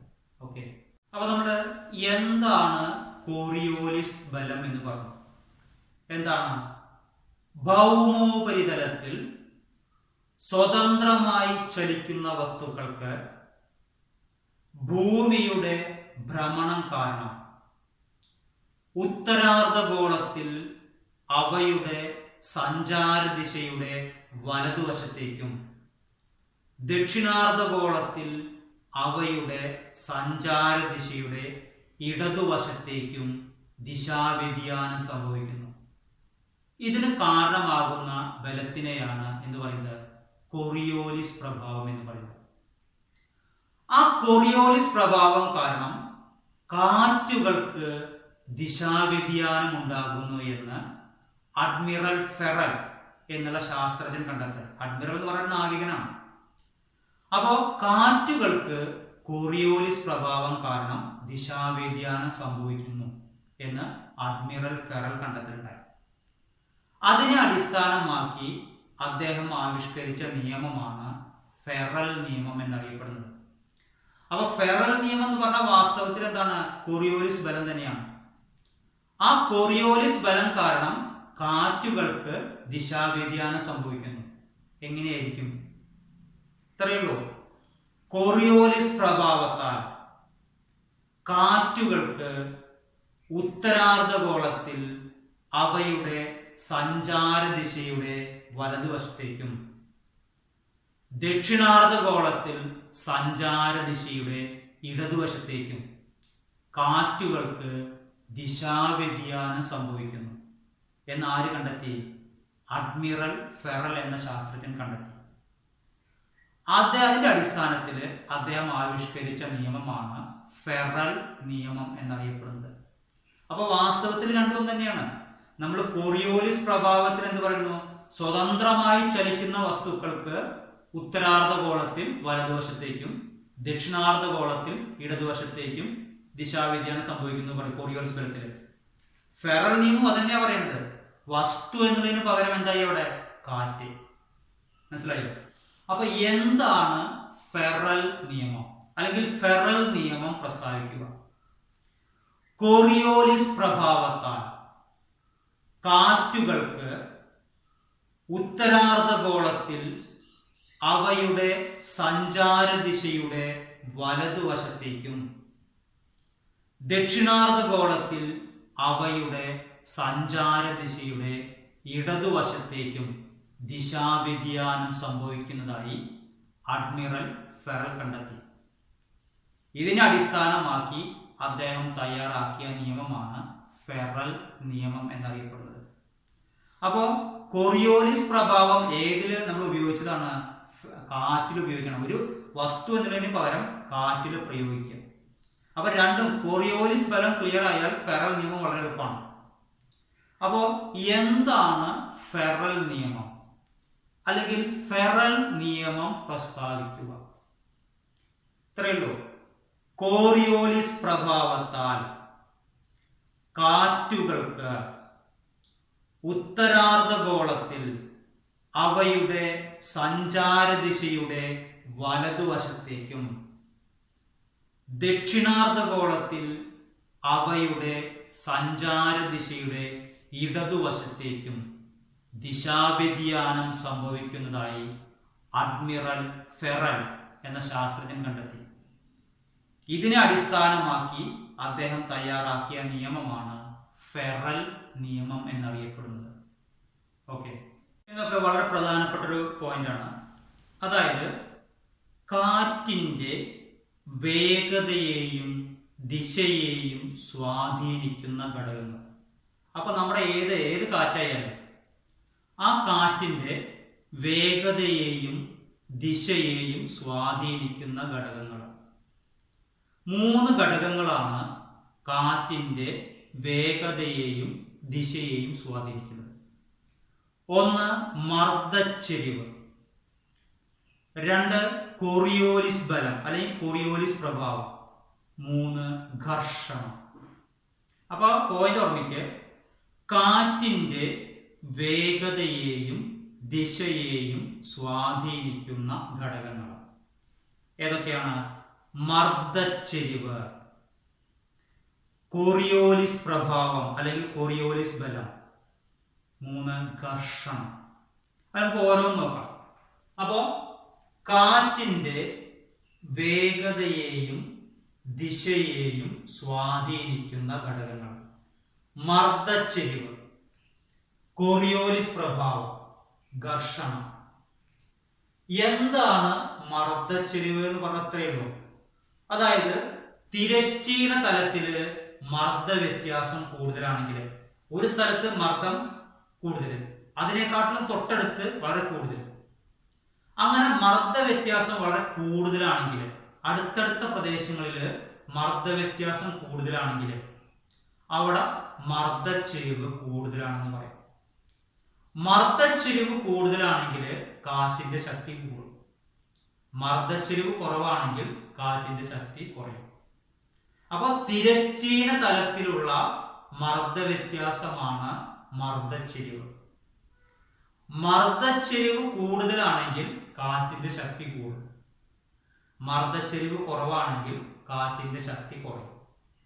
അപ്പോ കാറ്റിന്റെ വേഗതയെയും ദിശയെയും സ്വാധീനിക്കുന്ന ഒരു ഘടകമാണ് മർദ്ദച്ചെരിവ്. ഇനി രണ്ടാമത്തെ ഘടകം നമ്മൾ പറഞ്ഞു കോറിയോലിസ് പ്രഭാവം. അത് നമ്മൾ നേരത്തെ പറഞ്ഞു. എന്താ കോറിയോലിസ് പ്രഭാവം? ഭൗമോപരിതലത്തിൽ സ്വതന്ത്രമായി ചലിക്കുന്ന വസ്തുക്കൾക്ക് ഭൂമിയുടെ ഭ്രമണം കാരണം ഉത്തരാർദ്ധഗോളത്തിൽ അവയുടെ സഞ്ചാരദിശയുടെ വലതുവശത്തേക്കും ദക്ഷിണാർദ്ധഗോളത്തിൽ അവയുടെ സഞ്ചാരദിശയുടെ ഇടതുവശത്തേക്കും ദിശാവ്യതിയാനം സംഭവിക്കുന്നു. ഇതിന് കാരണമാകുന്ന ബലമാണ് കോറിയോലിസ് ബലം. അപ്പൊ ഈ കോറിയോലിസ് ബലം കാറ്റിന്റെ ഏതിനാണ് സ്വാധീനിക്കുക? കാറ്റിന്റെ ദിശയെ സ്വാധീനിക്കുന്നു. ഇനി മൂന്നാമത്തെ നോക്ക്, ഘർഷണം. എന്താണ് ഘർഷണം എന്ന് പറഞ്ഞാൽ നമ്മൾ ഒരു തടസ്സം നോക്കുവാണെങ്കിൽ വളരെ ഇതായിട്ട് പറയാം. ഇപ്പോ നിങ്ങളൊരു ഉദാഹരണത്തിൽ അയച്ചു നോക്കുക. ഒരു കാറ്റിന്റെ ശക്തി നിങ്ങൾക്ക് അനുഭവപ്പെടുക നിങ്ങളുടെ വീടിന്റെ മുറ്റത്ത് നിൽക്കുമ്പോഴാണോ അതോ വീടിന്റെ ഉള്ളിൽ നിൽക്കുമ്പോഴാണോ? കാറ്റ് നന്നായിട്ട് ശക്തിയായിട്ട് വീശുന്നു. ആ കാറ്റിന്റെ ശക്തി നിങ്ങൾക്ക് അനുഭവപ്പെടുന്നത് എപ്പോഴായിരിക്കും? നിങ്ങൾ മുറ്റത്ത് നിന്ന് ഇറങ്ങി നിൽക്കുമ്പോൾ നിങ്ങൾക്ക് കാറ്റിന് വളരെ ശക്തി ഉണ്ട് തോന്നും. എന്നാൽ വീട്ടിനുള്ളിൽ കാറ്റിന്റെ ശക്തി അനുഭവപ്പെടുന്നില്ല. എന്താ കാരണം? വീടിന്റെ ഉള്ളിലാകുമ്പോൾ വീടിന്റെ മതിലുകള് കാറ്റുകളെ തടഞ്ഞു നിർത്തുന്നു. അപ്പൊ അവിടെ കാറ്റ് ഘർഷണം ആ നിങ്ങളുടെ വീടിന്റെ ചുമരിന്റെ ഘർഷണം കാരണം കാറ്റുകൾ ശക്തമായിട്ട് വീശുന്നില്ല. നേരെ മറിച്ച് മുറ്റത്ത് എന്തില്ല, ഘർഷണം കുറവാണ്, മതിലിന്റെ തടസ്സങ്ങളൊന്നുമില്ല. അപ്പൊ മുറ്റത്ത് നിൽക്കുമ്പോൾ നിങ്ങൾക്ക് കൂടുതൽ കാറ്റ് ശക്തമായിട്ട് അനുഭവപ്പെടുന്നു. അതേപോലെ തന്നെ നിങ്ങൾ ആലോചിച്ചോ, ഒരു കുന്നിൻ പ്രദേശം, ആ കുന്നിൻ പ്രദേശത്താണോ അതോ സമുദ്രത്തിലാണോ കാറ്റിന് ശക്തി കൂടുതൽ ഉണ്ടാവുക? സമുദ്രത്തിൽ യാതൊരു തടസ്സങ്ങളും ഇല്ല. അപ്പൊ കാറ്റ് വളരെ ശക്തമായിട്ട് വീശും, കാരണം അവിടെ ഘർഷണമില്ല. എന്നാൽ ചുറ്റുപാടും കുന്നുള്ള പ്രദേശങ്ങളാണെങ്കിൽ എന്ത് സംഭവിക്കുക? അവിടെ കുന്നുകളുടെ തടസ്സം കാരണം കാറ്റ് ശക്തമായിട്ട് വീശില്ല. അപ്പൊ ഘർഷണം എന്ന് പറഞ്ഞാൽ എന്താണ്? ഒരു തടസ്സം എന്നുള്ള രീതിയിൽ എടുത്താൽ മതി. തടസ്സം കൂടിയ സ്ഥലങ്ങളിൽ കാറ്റിന്റെ ശക്തി കുറവായിരിക്കും. തടസ്സം കുറഞ്ഞ സ്ഥലങ്ങളിൽ കാറ്റ് വളരെ ശക്തിയായിട്ട് വീശും. ഉദാഹരണം സമുദ്രനിരപ്പിലൊക്കെ ഒരു തടസ്സവും ഇല്ല, നല്ല ശക്തിയിൽ കാറ്റ് അവിടെ വീശും. എന്നാൽ മലകൾ നിറഞ്ഞ പ്രദേശമാണെങ്കിൽ അവിടെ കാറ്റിന്റെ ശക്തി കുറവായിരിക്കും. അപ്പൊ നമുക്ക് വിശദീകരിക്കേണ്ട ആവശ്യമില്ല. എന്നാൽ ഓർമ്മിക്ക്, കാറ്റിന്റെ വേഗതയെയും ദിശയെയും സ്വാധീനിക്കുന്ന ഘടകങ്ങൾ: 1 മർദ്ദച്ചെരിവ്, 2 കോറിയോലിസ് പ്രഭാവം, 3 ഘർഷണം. വളരെ പ്രധാനപ്പെട്ട 3 മാർക്കിന്റെ എപ്പോഴും ചോദിക്കാറുണ്ട്. കാറ്റിന്റെ വേഗതയെയും ദിശയെയും സ്വാധീനിക്കുന്ന ഘടകങ്ങൾ: 1 മർദ്ദച്ചെരിവ്, 2 കോറിയോലിസ് പ്രഭാവം, 3 ഘർഷണം. ഓക്കെ, മർദ്ദ വ്യത്യാസമാണ് കാറ്റുകൾക്കുള്ള കാരണം എന്ന് നമ്മൾ പറഞ്ഞു. അതേപോലെ നമ്മൾ ആഗോള മർദ്ദ മേഖലകളെ കുറിച്ചും പറഞ്ഞു. ഈ ആഗോള മർദ്ദ മേഖലകൾക്കിടയിൽ രൂപം കൊള്ളുന്ന കാറ്റുകളെ പറയുന്ന പേരാണ് ആഗോള വാദങ്ങൾ എന്ന് പറയുന്നത്. നമ്മൾ പറഞ്ഞു വാദം എന്ന് പറഞ്ഞ വാക്കിനർത്ഥം എന്താണ്? കാറ്റ് എന്നാണ്. അപ്പോ ആഗോള വാദങ്ങൾ എന്നാൽ എന്ത്? ആഗോള മർദ്ദ മേഖലകൾക്കിടയിൽ രൂപം കൊള്ളുന്ന കാറ്റുകളാണ് ആഗോള വാദങ്ങൾ എന്ന് പറയുന്നത്. ഏതാ ആഗോള മർദ്ദ മേഖലകൾ? ഏതൊക്കെയാ? മധ്യരേഖാ ന്യൂനമർദ്ദ മേഖല, ഉപോഷ്ണ ഉച്ചമർദ്ദ മേഖല 30 ഡിഗ്രി വടക്ക് 30 ഡിഗ്രി തെക്ക്, 60 ഡിഗ്രി വടക്ക് 60 ഡിഗ്രി തെക്ക് ഉപധ്രുവീയ ന്യൂനമർദ്ദ മേഖല, 90 ഡിഗ്രി വടക്ക് 90 ഡിഗ്രി തെക്ക് ധ്രുവീയ ഉച്ചമർദ്ദ മേഖല. ഇവയാണ് ആഗോള മർദ്ദ മേഖലകൾ എന്ന് നമ്മൾ പഠിച്ചിട്ടുണ്ട്. ഈ ആഗോള മർദ്ദ മേഖലകൾക്കിടയിൽ രൂപം കൊള്ളുന്ന കാറ്റുകളെയാണ് ആഗോളവാദങ്ങൾ അല്ലെങ്കിൽ സ്ഥിരവാദങ്ങൾ എന്ന് പറയുന്നത്. അപ്പൊ എന്താണ് ആഗോളവാദങ്ങൾ എന്ന് പറഞ്ഞാൽ അത്രയേ ഉള്ളൂ. ആഗോള മർദ്ദ മേഖലകൾക്കിടയിൽ രൂപം കൊള്ളുന്ന കാറ്റുകളെയാണ് ആഗോളവാദങ്ങൾ എന്ന് പറയുന്നത്. ഏതൊക്കെയാണ് ആഗോളവാദങ്ങൾ എന്നാണ് അടുത്ത ചോദ്യം. ആഗോളവാദങ്ങൾ 3 എണ്ണമാണ്. 1 വാണിജ്യവാദങ്ങൾ, 2 പശ്ചിമവാദങ്ങൾ, 3 ധ്രുവീയ പൂർവവാദങ്ങൾ. അപ്പൊ ചോദ്യം ഇങ്ങനെയാണ് വരിക: ആഗോളവാദങ്ങൾ എന്നാൽ എന്ത്? ആഗോളവാദങ്ങൾ ഏതെല്ലാം? അപ്പൊ എത്ര എഴുതിയാൽ മതി? ആഗോള മർദ്ദ മേഖലകൾക്കിടയിൽ രൂപം കൊള്ളുന്ന കാറ്റുകളെയാണ് ആഗോളവാദങ്ങൾ എന്ന് പറയുന്നത്. ആഗോളവാദം വാദങ്ങൾ ഏതൊക്കെയാണ്? 1 വാണിജ്യവാദങ്ങൾ, 2 പശ്ചിമവാദങ്ങൾ, 3 ധ്രുവീയ പൂർവവാദങ്ങൾ. ഈ ഓരോ ആഗോളവാദത്തിനെ കുറിച്ചും നമുക്ക് പഠിക്കണം. കാരണം ചിലപ്പോൾ അത് രഹസ്യമായിട്ട് ചോദിക്കാറുണ്ട്. അപ്പൊ ഇത്രയും ആദ്യം ഓർമ്മിക്കുക. ആഗോളവാദങ്ങൾ എന്നാൽ എന്ത്? ആഗോളവാദങ്ങൾ ഏതെല്ലാം? ആഗോളവാദം പറഞ്ഞാൽ കാറ്റ്, ആഗോള കാറ്റുകൾ എന്നൊക്കെ വേണമെങ്കിൽ പറയാം. വാദം എന്ന് പറഞ്ഞാൽ കാറ്റ് എന്നാണ് അർത്ഥം. അപ്പോ ആഗോളവാദങ്ങൾ എന്നാൽ എന്ത്? ആഗോളവാദങ്ങൾ ഏതെല്ലാം? ഉത്തരത്തിലേ ഉള്ളൂ. ആഗോള മർദ്ദമേഖലകൾക്കിടയിൽ രൂപം കൊള്ളുന്ന കാറ്റുകളെയാണ് ആഗോളവാദങ്ങൾ അല്ലെങ്കിൽ സ്ഥിരവാദങ്ങൾ എന്ന് വിളിക്കുന്നത്. വാണിജ്യവാദങ്ങൾ, പശ്ചിമവാദങ്ങൾ, ധ്രുവീയ പൂർവവാദങ്ങൾ എന്നിവയാണ് ആഗോളവാദങ്ങൾ. ഓക്കെ, ആഗോളവാദങ്ങളെ കുറിച്ചാണ് പറഞ്ഞത്. ഏതൊക്കെയാണ് ആഗോളവാദങ്ങൾ?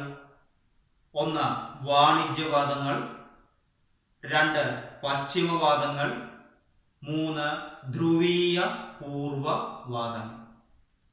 ഇനി അതിൽ ഓരോന്നിനെ കുറിച്ച് നമുക്ക് വിശദമായിട്ട് പഠിക്കണം. ആദ്യം വാണിജ്യവാദങ്ങൾ. ഈ വാണിജ്യവാദങ്ങൾ എന്ന് പറഞ്ഞാൽ പണ്ട് കാലത്ത് കച്ചവടത്തിന് പായ്ക്കപ്പലുകൾക്ക് വളരെ ഉപകാരപ്രദമായിരുന്നു ഈ കാറ്റുകൾ. അതുകൊണ്ടാണ് അതിനെ വാണിജ്യവാദങ്ങൾ അല്ലെങ്കിൽ കമേഴ്സ്യൽ വിൻഡ് എന്ന് വിളിക്കുന്നത്. അതെന്തോ ആയിക്കോട്ടെ. അപ്പോ എന്താണ് വാണിജ്യവാദങ്ങൾ? അതിനെ നമുക്ക് വിശദീകരിക്കണം. അതായത് ഒന്ന് ശ്രദ്ധിക്കുക. 30 ഡിഗ്രി വടക്ക് ഉപോഷ്ണ ഉച്ചമർദ്ദ മേഖല, 30 ഡിഗ്രി തെക്ക് ഉപോഷ്ണ ഉച്ചമർദ്ദ മേഖല. അപ്പോ എന്താണ് വാണിജ്യവാദങ്ങൾ എന്ന് പറഞ്ഞാൽ ആദ്യം ഓർമ്മിക്കുക. ഉപോഷ്ണ ഉച്ചമർദ്ദ മേഖലയിൽ നിന്ന്, ഈ 2 ഉപോഷ്ണ ഉച്ചമർദ്ദ മേഖലയിൽ നിന്ന് മധ്യരേഖ ന്യൂനമർദ്ദ മേഖലയിലേക്ക് വീശുന്ന കാറ്റുകളാണ് വാണിജ്യവാദങ്ങൾ. അപ്പോ എന്താണ് വാണിജ്യവാദങ്ങൾ എന്ന് പറഞ്ഞാൽ ആദ്യം ഓർമ്മിക്കുക. ഉപോഷ്ണ ഉച്ചമർദ്ദ മേഖലകളിൽ നിന്ന്, ഇവിടെ നിന്ന് ഇങ്ങോട്ട്, ഇവിടെ നിന്ന് ഇങ്ങോട്ട്, ഇത് 2 ഉപോഷ്ണ ഉച്ചമർദ്ദ മേഖലയാണ്. അപ്പൊ എന്താണ് വാണിജ്യവാദങ്ങൾ എന്ന് പറഞ്ഞാൽ ഉപോഷ്ണ ഉച്ചമർദ്ദ മേഖലയിൽ നിന്ന് മധ്യരേഖ ന്യൂനമർദ്ദ മേഖലയിലേക്ക് വീശുന്ന കാറ്റുകളാണ് വാണിജ്യവാദങ്ങൾ. ഇനി അതിന്റെ ദിശ നോക്കാം. നമുക്ക് വടക്ക്, കിഴക്ക്, പടിഞ്ഞാറ്, തെക്ക്. ഈ കാറ്റിന്റെ ദിശ നോക്കുക. വടക്കിനും കിഴക്കിനും ഇടയിലാണ്. അപ്പൊ ഇതിന്റെ ദിശ എന്ന് പറയുന്നത് വടക്കു കിഴക്കാണ്. അപ്പൊ നമുക്ക് ഇത്ര എഴുതാം. ഉത്തരാർദ്ധഗോളത്തിൽ വാണിജ്യവാദങ്ങൾ വീശുന്നത് വടക്കു കിഴക്കു ദിശയിൽ നിന്നായതുകൊണ്ട് അതിനെ വടക്കു കിഴക്കൻ വാണിജ്യവാദങ്ങൾ എന്ന് പറയുന്നു. ദക്ഷിണാർദ്ധഗോളത്തിൽ ഈ കാറ്റുകൾ വീശുന്നത് തെക്കു കിഴക്ക് ദിശയിൽ നിന്നായതുകൊണ്ട് അതിനെ തെക്കു കിഴക്കൻ വാണിജ്യവാദങ്ങൾ എന്ന് പറയുന്നു. അതൊന്ന് ജസ്റ്റ് ഓർമ്മിച്ചാൽ മതി. ഉത്തരാർദ്ധഗോളത്തിൽ വാണിജ്യവാദങ്ങൾ വീശുന്നത് എവിടെ നിന്നാണ്? വടക്കു കിഴക്ക് ദിശയിൽ നിന്നാണ്. ദക്ഷിണാർദ്ധഗോളത്തിൽ വാണിജ്യവാദങ്ങൾ വീശുന്നത് എവിടെയാണ്? തെക്കു കിഴക്ക് ദിശയിൽ നിന്നാണ്.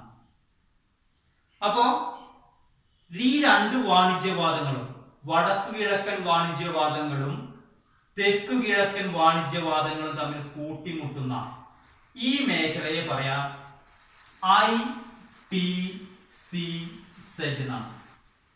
Inter tropical convergence zone. ഓരക്ഷരം ഓർമ്മിക്കുക. I for inter, T for tropical, C for convergence, Z for zone. Inter tropical convergence zone. മലയാളത്തിൽ അതിനെ അന്തർ ഉഷ്ണമേഖല സംക്രമണ മേഖല എന്ന് പറയും. അത് പറയാൻ ബുദ്ധിമുട്ടാണ്. ഇത് ഓർമ്മിക്കുക. ITCZ, Inter tropical convergence zone. അപ്പൊ നമുക്ക് ഒന്ന് ഓർമ്മിക്കുക. ആഗോളവാദങ്ങളിൽ ഒന്നാമത്തെയാണ് വാണിജ്യവാദങ്ങൾ. ആ വാണിജ്യവാദങ്ങളെ കുറിച്ച് ഒരു ലഘു വിവരണം തയ്യാറാക്കാൻ പറഞ്ഞാൽ നമുക്ക് എന്തൊക്കെ എഴുതാം? ആദ്യം എന്താണ്? ഉപോഷ്ണ ഉച്ചമർദ്ദ മേഖലയിൽ നിന്ന് മധ്യരേഖ ന്യൂനമർദ്ദ മേഖലയിലേക്ക് വീശുന്ന കാറ്റുകളാണ് വാണിജ്യവാദങ്ങൾ. 2, ഉത്തരാർദ്ധഗോളത്തിൽ ഇവ വടക്കു കിഴക്ക് ദിശയിൽ നിന്ന് വീശുന്നത് കൊണ്ട് ഇവയെ വടക്കു കിഴക്കൻ വാണിജ്യവാദങ്ങൾ എന്ന് പറയുന്നു. ദക്ഷിണാർദ്ധഗോളത്തിൽ ഇവ വീശുന്നത് തെക്കു കിഴക്ക് ദിശയിൽ നിന്നായതുകൊണ്ട് ഇവയെ തെക്കു കിഴക്കൻ വാണിജ്യവാദങ്ങൾ എന്ന് പറയുന്നു. വടക്കു കിഴക്കൻ വാണിജ്യവാദങ്ങളും ഈ വടക്കു കിഴക്കൻ വാണിജ്യവാദങ്ങളും തെക്കു കിഴക്കൻ വാണിജ്യവാദങ്ങളും തമ്മിൽ സംഗമിക്കുന്ന മധ്യരേഖ ന്യൂനമർദ്ദ മേഖലയെ ഇന്റർ ട്രോപ്പിക്കൽ കൺവെർജൻസ് സോൺ എന്ന് വിളിക്കുന്നു, അല്ലെങ്കിൽ അന്തർ ഉഷ്ണമേഖല സംക്രമണ മേഖല എന്ന് വിളിക്കുന്നു. അപ്പൊ ചിലപ്പോ അത് മാത്രം ചോദിക്കാം. ITCZ എന്നാൽ എന്ത്? ഇന്റർ ട്രോപ്പിക്കൽ കൺവെർജൻസ് സോൺ എന്നാൽ എന്ത്? അപ്പൊ നമുക്ക് ഇത്ര എഴുതിയാൽ മതി. എന്താണ്? വടക്കു കിഴക്കൻ വാണിജ്യവാദങ്ങളും തെക്കു കിഴക്കൻ വാണിജ്യവാദങ്ങളും തമ്മിൽ സംഗമിക്കുന്ന മധ്യരേഖ ന്യൂനമർദ്ദ മേഖലയെയാണ് ITCZ, Inter tropical convergence zone, അല്ലെങ്കിൽ അന്തർ ഉഷ്ണമേഖല സംക്രമണ മേഖല എന്ന് വിളിക്കുന്നത്. അപ്പൊ ഞാൻ വാണിജ്യവാദങ്ങളെ കുറിച്ച് ഒന്നുകൂടി പറയാം.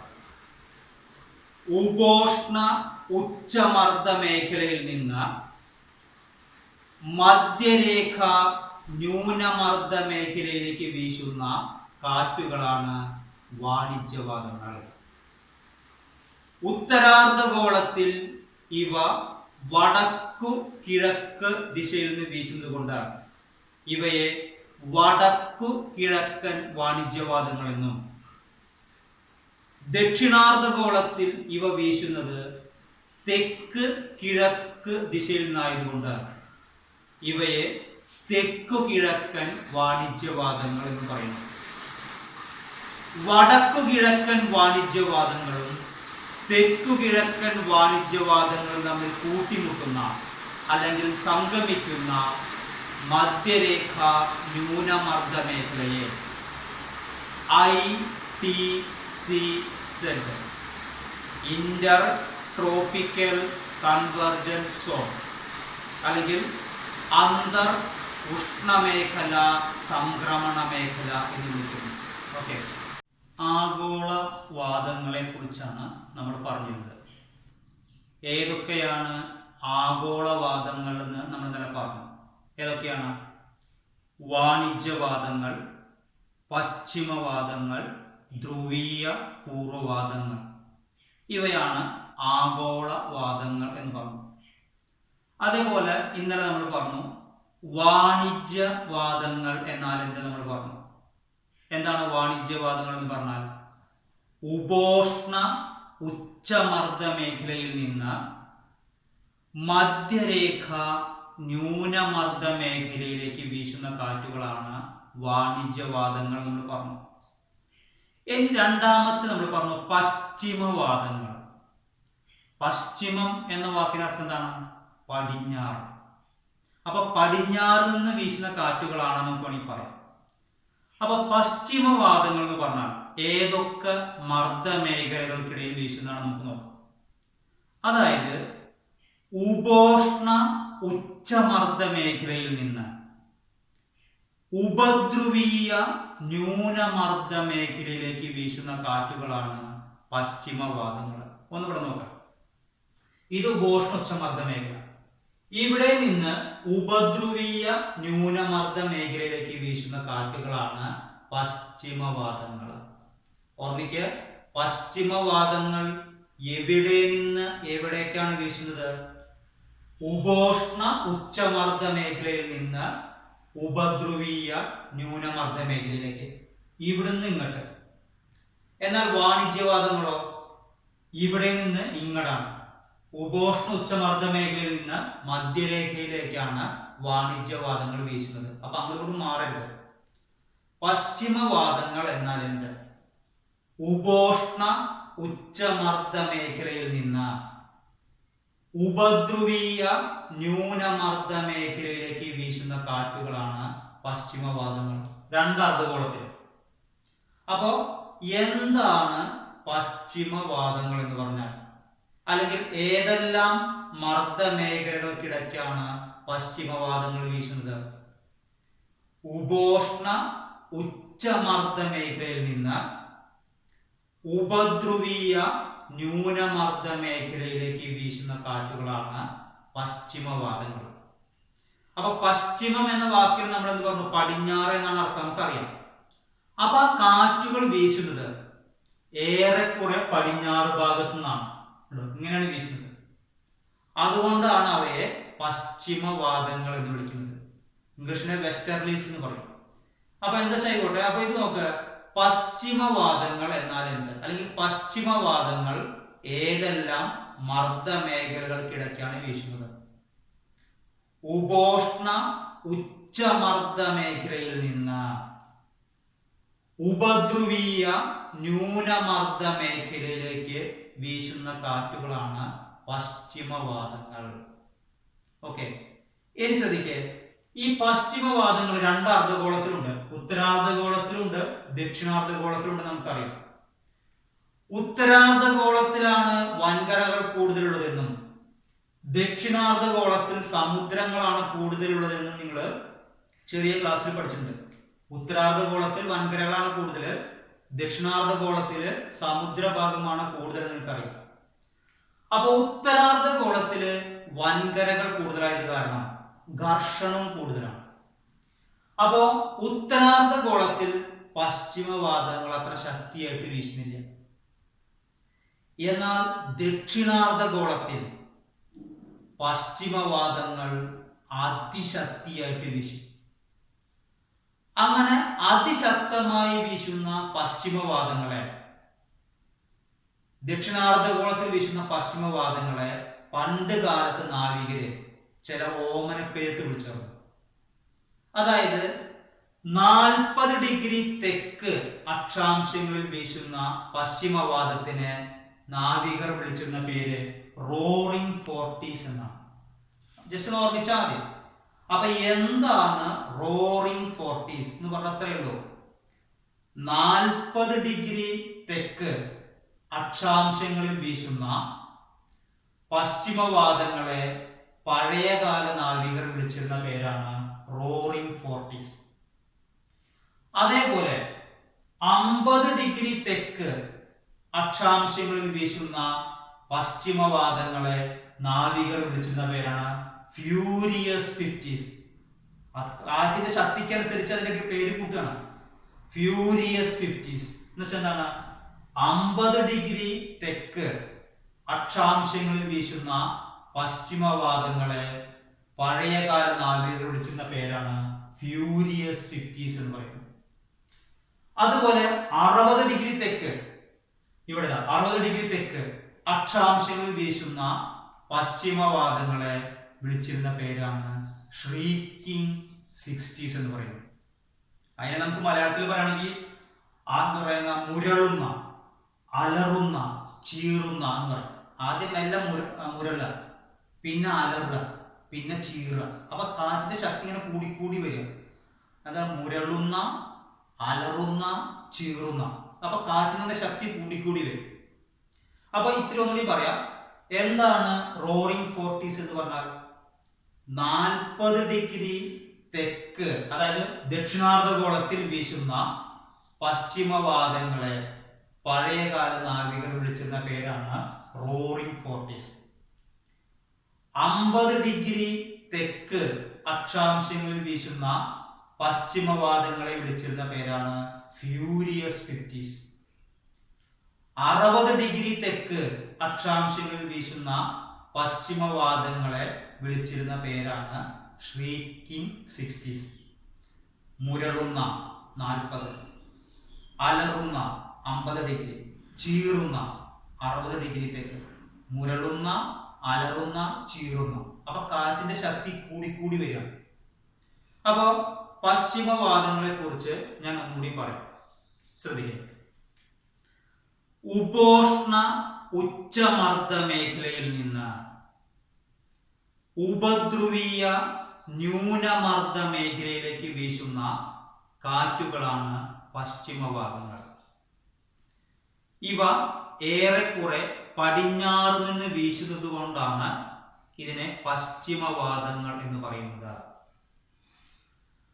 പശ്ചിമവാദങ്ങൾ ഉത്തരാർദ്ധഗോളത്തിൽ അത്ര ശക്തമല്ല.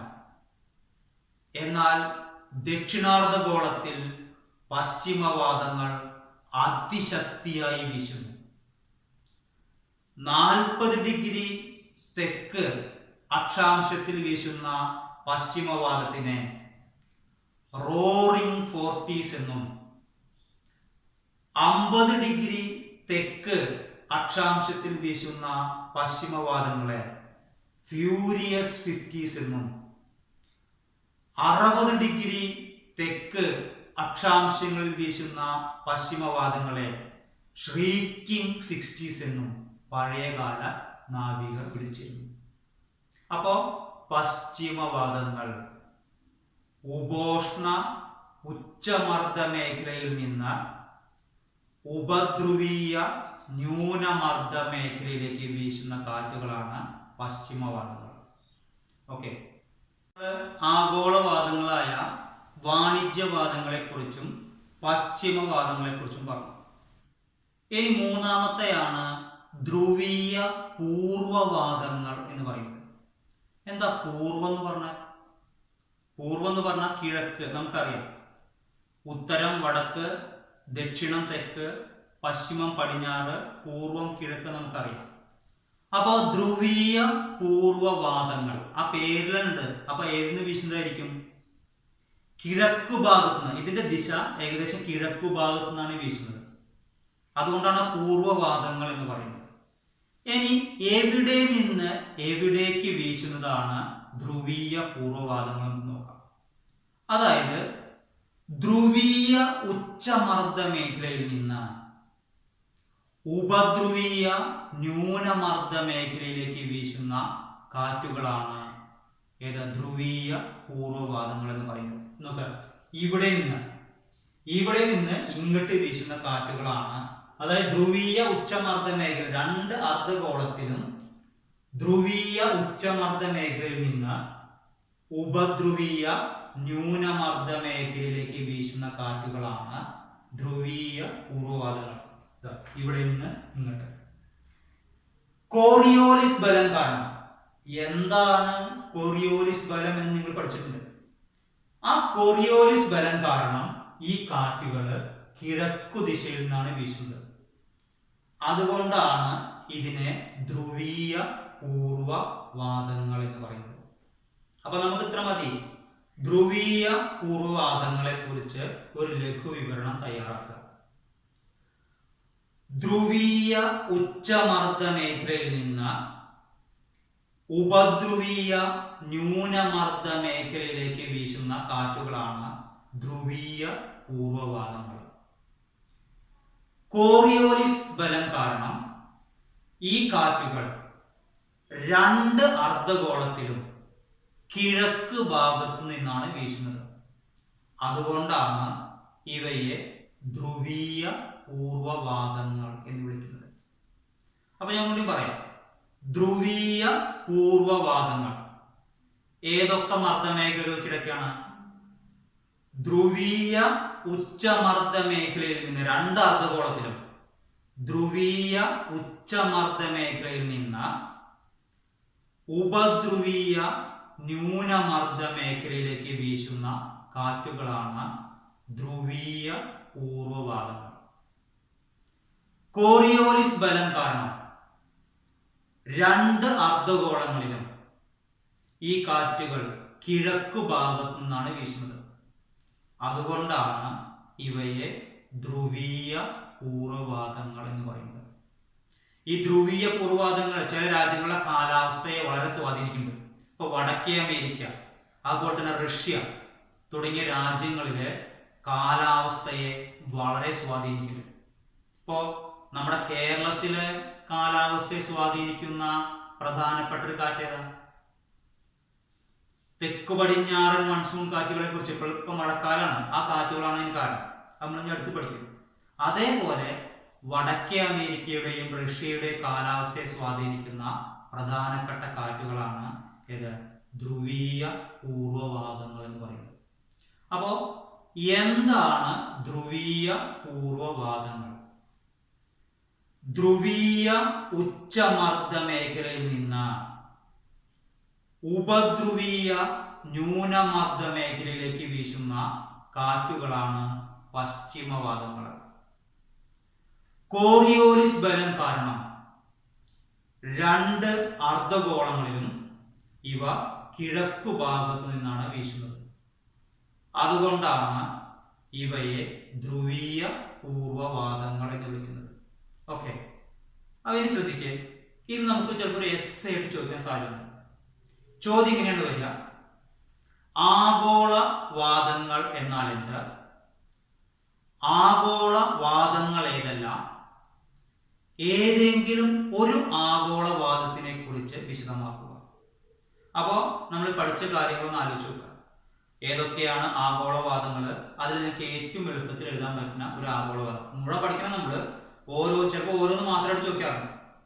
അപ്പോ ആഗോളവാദങ്ങൾ: വാണിജ്യവാദങ്ങൾ, പശ്ചിമവാദങ്ങൾ, ധ്രുവീയ പൂർവ്വവാദങ്ങൾ. ഓക്കെ, അപ്പോ നമ്മൾ ആഗോളവാദങ്ങളെ കുറിച്ച് നമ്മൾ പറഞ്ഞു. ആഗോള മർദ്ദമേഖലകൾക്കിടയിൽ രൂപം കൊള്ളുന്ന കാറ്റുകളാണ് ആഗോളവാദങ്ങൾ എന്ന് നമ്മൾ പറഞ്ഞു. വാണിജ്യവാദങ്ങൾ, പശ്ചിമവാദങ്ങൾ, ധ്രുവീയ പൂർവ്വവാദങ്ങൾ, ഇവയാണ് നമ്മൾ ആഗോളവാദങ്ങൾ എന്ന് നമ്മൾ പറഞ്ഞു. ഇവയെ നമ്മൾ സ്ഥിരവാദങ്ങൾ എന്നും വിളിക്കാറുണ്ട് നമ്മൾ പറഞ്ഞു. ഇനി നമുക്ക് അടുത്തതാണ് കാലികവാദങ്ങൾ എന്ന് പറയുന്നത്. കാലികം, ആ പേരിലുണ്ടായ പ്രത്യേകത, അതായത് ചില കാലങ്ങളിൽ മാത്രം ഉണ്ടാകുന്ന കാറ്റുകളാണ് കാലികവാദങ്ങൾ എന്ന് പറയുന്നത്. ഒരു ഉദാഹരണം പറയാൻ പറ്റുമോ? ചില കാലത്ത് മാത്രമാണ് ഉണ്ടാകുക. ഇപ്പോൾ നമുക്ക് ഇപ്പൊ മഴ ലഭിക്കുന്ന തെക്കു പടിഞ്ഞാറൻ മൺസൂൺ കാറ്റുകൾ ഓരോ വർഷത്തിലും ഒരു ജൂൺ മാസം മുതൽ സെപ്റ്റംബർ മാസം വരെ ഉണ്ടാകും. അത് കഴിഞ്ഞ പിന്നെ ആ കാറ്റുകളില്ല. അപ്പോ നിശ്ചിത ഇടവേളകളിൽ ആവർത്തിച്ചു വരുന്ന കാറ്റുകളാണ് കാലികവാദങ്ങൾ എന്ന് പറയുന്നത്. ഇപ്പൊ നമ്മുടെ തെക്കു പടിഞ്ഞാറൻ മൺസൂൺ കാറ്റുകൾ എല്ലാ വർഷവും ജൂൺ മാസമായ നമ്മുടെ കേരളത്തിലെത്തും. സെപ്റ്റംബർ മാസത്തോട് കൂടിയിട്ട് അത് അവസാനിക്കും. പിന്നെ അടുത്ത കൊല്ലം വരണം. അപ്പോ നിശ്ചിത ഇടവേളകളിൽ ആവർത്തിച്ചു വരുന്ന കാറ്റുകളാണ് കാലികവാദങ്ങൾ എന്ന് പറയുന്നത്. ആ കാലികവാദത്തിന് ഉദാഹരണമാണ് തെക്കു പടിഞ്ഞാറ് മൺസൂൺ കാറ്റുകൾ. അങ്ങനെ പറഞ്ഞാൽ കാലികവാദത്തിന് ഉദാഹരണമാണ് മൺസൂൺ കാറ്റുകൾ. 2 തരം മൺസൂൺ കാറ്റുകൾ നമുക്കറിയാം. നമ്മള് തെക്കു പടിഞ്ഞാറൻ മൺസൂൺ കാറ്റുകൾ എന്ന് പറയുന്നത് മലയാളത്തില് നമ്മള് നാട്ടുഭാഷയിൽ എന്താ പറയാ? തെക്കു പടിഞ്ഞാറൻ മൺസൂൺ കാറ്റുകൾ ഉണ്ടാകുന്ന മഴയെ നമ്മൾ കാലവർഷം എന്ന് പറയാറുണ്ട്, അല്ലെങ്കിൽ ഇടവപ്പാതി നമ്മൾ പറയാറുണ്ട്. അതേപോലെ വടക്കു കിഴക്കൻ മൺസൂൺ, ആ വടക്കു കിഴക്കൻ മൺസൂണിനെ നമ്മൾ കേരളീയർ എന്താ പറയുക? അതിനെ നമ്മൾ തുലാവർഷം എന്ന് പറയാറുണ്ട്. അപ്പൊ നമുക്ക് ലഭിക്കുന്ന 2 മഴയും, കാലവർഷവും തുലാവർഷവും, മൺസൂൺ കാറ്റുകളുടെ ഫലമായിട്ടാണ് ഉണ്ടാകുന്നത്. ഇനി നോക്ക്, ഈ മൺസൂൺ കാറ്റുകൾ രൂപം കൊള്ളുന്നതിനുള്ള 3 കാരണങ്ങളുണ്ട്. ചോദ്യം ഇങ്ങനെയാണ് വരിക: മൺസൂണിന്റെ രൂപം കൊള്ളലിന് കാരണമാകുന്ന ഘടകങ്ങൾ ഏതെല്ലാം? 1. സൂര്യന്റെ അയനം. 2. കോറിയോലിസ് പ്രഭാവം. 3. തപനത്തിലെ വ്യത്യാസം. അപ്പൊ ചോദ്യം ഓർമ്മിക്ക്, മൺസൂൺ കാറ്റുകൾ രൂപം കൊള്ളുന്നതിനുള്ള കാരണങ്ങൾ എന്തെല്ലാം, അല്ലെങ്കിൽ മൺസൂണിന്റെ രൂപപ്പെടലിനെ സഹായിക്കുന്ന ഘടകങ്ങൾ ഏതെല്ലാം? ഏതൊക്കെയാണ്? 1 സൂര്യന്റെ അയനം, 2 കോറിയോലിസ് പ്രഭാവം, 3 തപനത്തിലെ വ്യത്യാസങ്ങൾ. എന്നോട് നോക്കാം. സൂര്യന്റെ അയനം.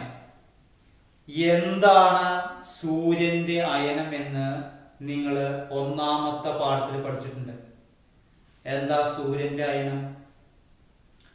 അച്ചുതണ്ടിന്റെ സമാന്തരത മൂലം സൂര്യന്റെ സ്ഥാനം ഉത്തരായന രേഖയ്ക്കും, ഏത് സ്ഥാനം കൃത്യമായിട്ട് പറയുക? സൂര്യന്റെ ആപേക്ഷിക സ്ഥാനം ഉത്തരായന രേഖയ്ക്കും ദക്ഷിണായന രേഖയ്ക്കും ഇടയിലായി മാറിക്കൊണ്ടിരിക്കുന്നു. അതാണ് സൂര്യന്റെ അയനം നമ്മൾ പഠിച്ചിട്ടുണ്ട്. അപ്പോ മൺസൂണിന്റെ രൂപം കൊള്ളലിന് ഒരു കാരണം സൂര്യന്റെ അയനമാണ്. രണ്ടാമത്തെ കാരണം കോറിയോലിസ് പ്രഭാവം. എന്താണ് കോറിയോലിസ് പ്രഭാവം അല്ലെങ്കിൽ കോറിയോലിസ് ബലം എന്ന് പറഞ്ഞാൽ? ഭൗമോപരിതലത്തിൽ സ്വതന്ത്രമായി സഞ്ചരിക്കുന്ന വസ്തുക്കൾക്ക് ഭൂമിയുടെ ഭ്രമണം കാരണം ഉത്തരാർദ്ധഗോളത്തിൽ അവയുടെ സഞ്ചാര ദിശയുടെ വലതുവശത്തേക്കും ദക്ഷിണാർദ്ധഗോളത്തിൽ അവയുടെ സഞ്ചാര ദിശയുടെ ഇടതുവശത്തേക്കും ദിശാവ്യതിയാനം സംഭവിക്കുന്നു. ഇതിന് കാരണമാകുന്ന ബലമാണ് കോറിയോലിസ് പ്രഭാവം അല്ലെങ്കിൽ ബലം എന്ന് നമ്മൾ പഠിച്ചിട്ടുണ്ട്. ഇനി മൂന്നാമത്തെയാണ് തപനത്തിലെ വ്യത്യാസം. തപനത്തിലെ വ്യത്യാസം പറഞ്ഞാൽ ഒന്നുമില്ല, വളരെ എന്താണ്? ചൂടാകുന്നതിലുള്ള വ്യത്യാസം. കരയും കടലും ചൂട് പിടിക്കുന്നത് വ്യത്യസ്ത രീതിയിലാണ് അല്ലെങ്കിൽ വ്യത്യസ്ത അളവിലാണ്. സൂര്യപ്രകാശം ഏൽക്കുമ്പോൾ കരഭാഗം വളരെ പെട്ടെന്ന് ചൂട് പിടിക്കും, എന്നാൽ സമുദ്രം വളരെ സാവധാനത്തിലെ ചൂട് പിടിക്കുന്നു. അപ്പൊ കരയ്ക്കും കടലിനും തമ്മിലുള്ള വ്യത്യാസം എന്താ വെച്ചാൽ, കര പെട്ടെന്ന് ചൂടാവുകയും പെട്ടെന്ന് തണുക്കുകയും ചെയ്യും. കടൽ സാവധാനത്തിൽ ചൂട് പിടിച്ച് സാവധാനത്തിൽ തണുക്കുള്ളൂ. അതാണ് തപനത്തിലെ വ്യത്യാസം എന്ന് പറയുന്നത്. അപ്പൊ നിങ്ങൾ ആ പോയിന്റ് ഓർമ്മിക്കുക. മൺസൂണിന്റെ രൂപം കൊള്ളലിന് കാരണമാകുന്ന ഘടകങ്ങൾ: 1 സൂര്യന്റെ അയനം, 2 കോറിയോലിസ് പ്രഭാവം, 3 തപനത്തിലെ വ്യത്യാസം. ഓക്കെ, നമ്മള് മൺസൂൺ കാറ്റുകൾ രൂപം കൊള്ളുന്നതിനുള്ള കാരണങ്ങളെ കുറിച്ച് പറഞ്ഞു. ഇനി എങ്ങനെയാണ് തെക്കു പടിഞ്ഞാറൻ മൺസൂൺ കാറ്റുകൾ രൂപം കൊള്ളുന്നത് നോക്കാം. അതിനു മുമ്പ് നമ്മൾ പഠിച്ചൊരു പോയിന്റ് ഉണ്ട്, ITCZ, Inter tropical convergence zone എന്ന് വെച്ചാൽ എന്താണ്? നിങ്ങൾ പഠിച്ചിട്ടുണ്ട്. ഇതാ ഉത്തരാർദ്ധഗോളത്തിലെ വാണിജ്യവാദങ്ങൾ ഏത് പേരിൽ അറിയപ്പെടുക? വടക്കു കിഴക്കൻ വാണിജ്യവാദങ്ങൾ. ഇത് വടക്കു കിഴക്കൻ വാണിജ്യവാദങ്ങൾ.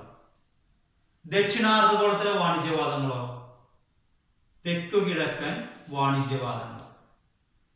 ഈ 2 വാണിജ്യവാദങ്ങളും, വടക്കു കിഴക്കൻ വാണിജ്യവാദങ്ങളും തെക്കു കിഴക്കൻ വാണിജ്യവാദങ്ങളും തമ്മിൽ സംഗമിക്കുന്ന ആ പോയിന്റ് ആണ് ITCZ അല്ലെങ്കിൽ അന്തർ ഉഷ്ണമേഖല സംക്രമണ മേഖല നമ്മൾ പഠിച്ചിട്ടുണ്ട്. ഇനി ശ്രദ്ധിക്കുക, ഉത്തരാർദ്ധഗോളത്തിലെ വേനൽക്കാലത്ത് നമ്മൾ ആദ്യത്തെ പാഠത്തിൽ പഠിച്ചിട്ടുണ്ട്. ഉത്തരാർദ്ധഗോളത്തിലെ വേനൽക്കാലം ഏത് ദിവസം മുതൽ ഏത് ദിവസം വരെയാ? സൂര്യന്റെ അയനവുമായി ബന്ധപ്പെട്ട് നമ്മൾ പഠിച്ചിട്ടുണ്ട്. ജൂൺ 21 മുതൽ സെപ്റ്റംബർ 23 വരെയാണ് ഉത്തരാർദ്ധഗോളത്തിലെ വേനൽക്കാലം എന്ന് പറയുന്നത്.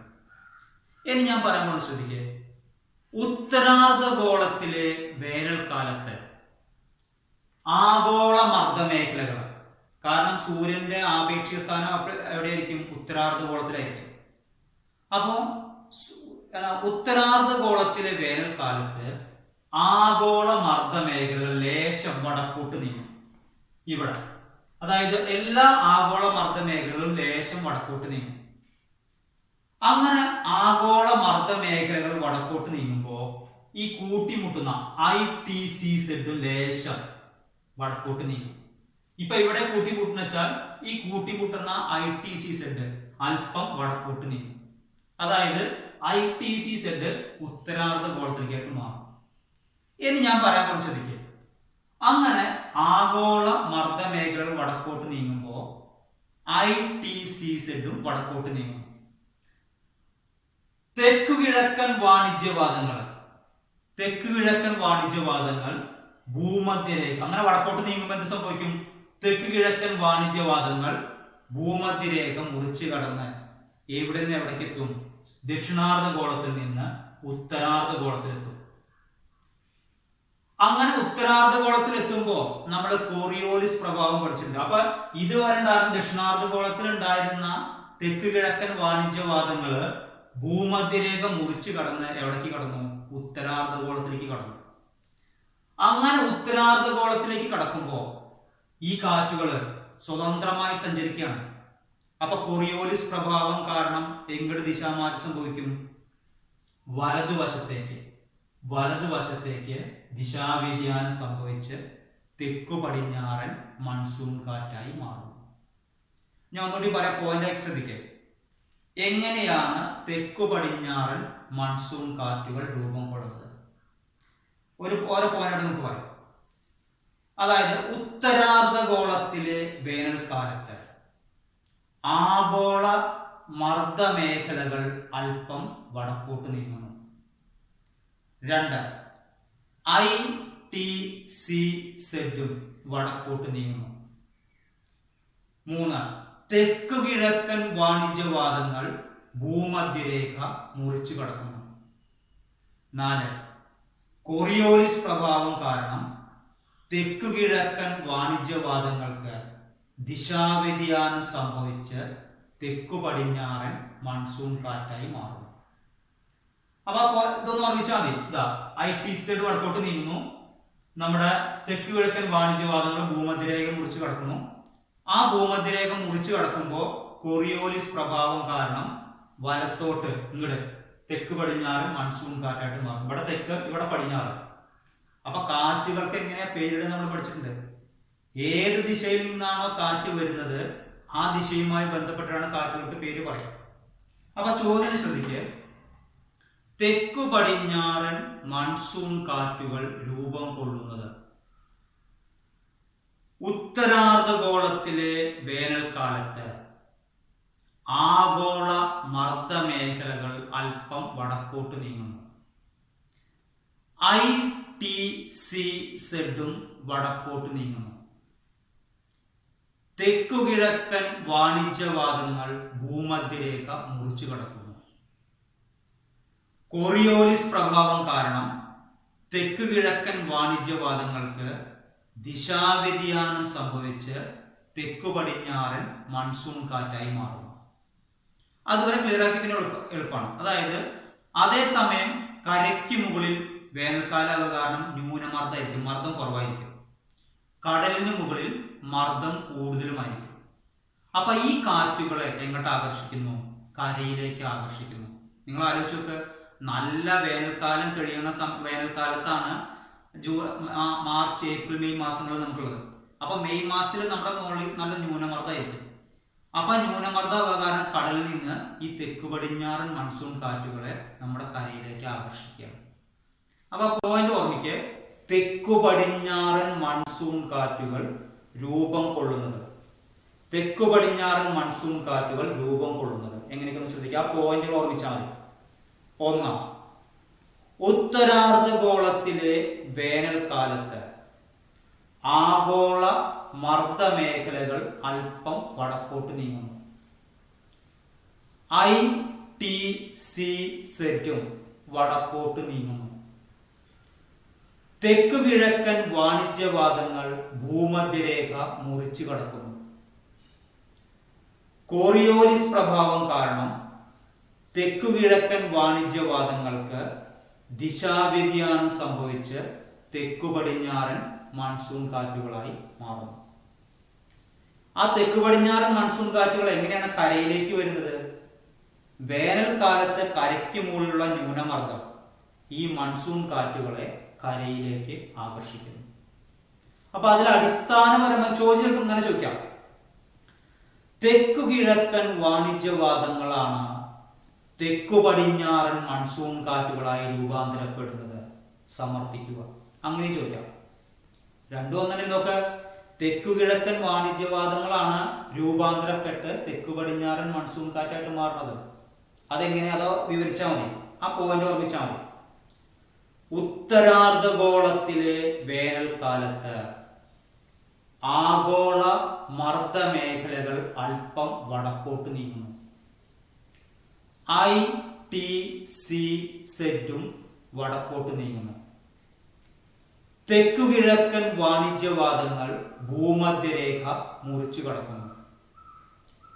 കോറിയോലിസ് പ്രഭാവം കാരണം തെക്കു കിഴക്കൻ വാണിജ്യവാദങ്ങൾക്ക് ദിശാവ്യതിയാനം സംഭവിച്ച് തെക്കു പടിഞ്ഞാറൻ മൺസൂൺ കാറ്റായി മാറുന്നു. അപ്പൊ ആ ചോദ്യം രണ്ട് രീതിയിൽ ചോദിക്കാം. ഒന്ന്, തെക്കു പടിഞ്ഞാറൻ മൺസൂൺ കാറ്റുകൾ രൂപം കൊള്ളുന്നത് എങ്ങനെ? അല്ലെങ്കിൽ ചോദ്യം ഇങ്ങനെ ചോദിക്കാം, തെക്കു കിഴക്കൻ വാണിജ്യവാദങ്ങളാണ് തെക്കു പടിഞ്ഞാറൻ മൺസൂൺ കാറ്റായി മാറുന്നത്, സമർത്ഥിക്കുക. അപ്പൊ ആ പോയിന്റുകൾ എഴുതിയാൽ മതി. ഒന്നാം, ഉത്തരാർദ്ധഗോളത്തിലെ വേനൽക്കാലത്ത് ആഗോള മർദ്ദ മേഖലകൾ അല്പം വടക്കോട്ട് നീങ്ങുന്നു. ITCZ ഇന്റർ ട്രോപ്പിക്കൽ കൺവെർജൻസ് സോണും വടക്കോട്ട് നീങ്ങുന്നു. തെക്കു കിഴക്കൻ വാണിജ്യവാദങ്ങൾ ഭൂമധ്യരേഖ മുറിച്ചു കടക്കുന്നു. കോറിയോലിസ് പ്രഭാവം കാരണം തെക്കു കിഴക്കൻ വാണിജ്യവാദങ്ങൾക്ക് ദിശാവ്യതിയാനം സംഭവിച്ച് തെക്കു പടിഞ്ഞാറൻ മൺസൂൺ കാറ്റായി മാറുന്നു. ഓക്കെ.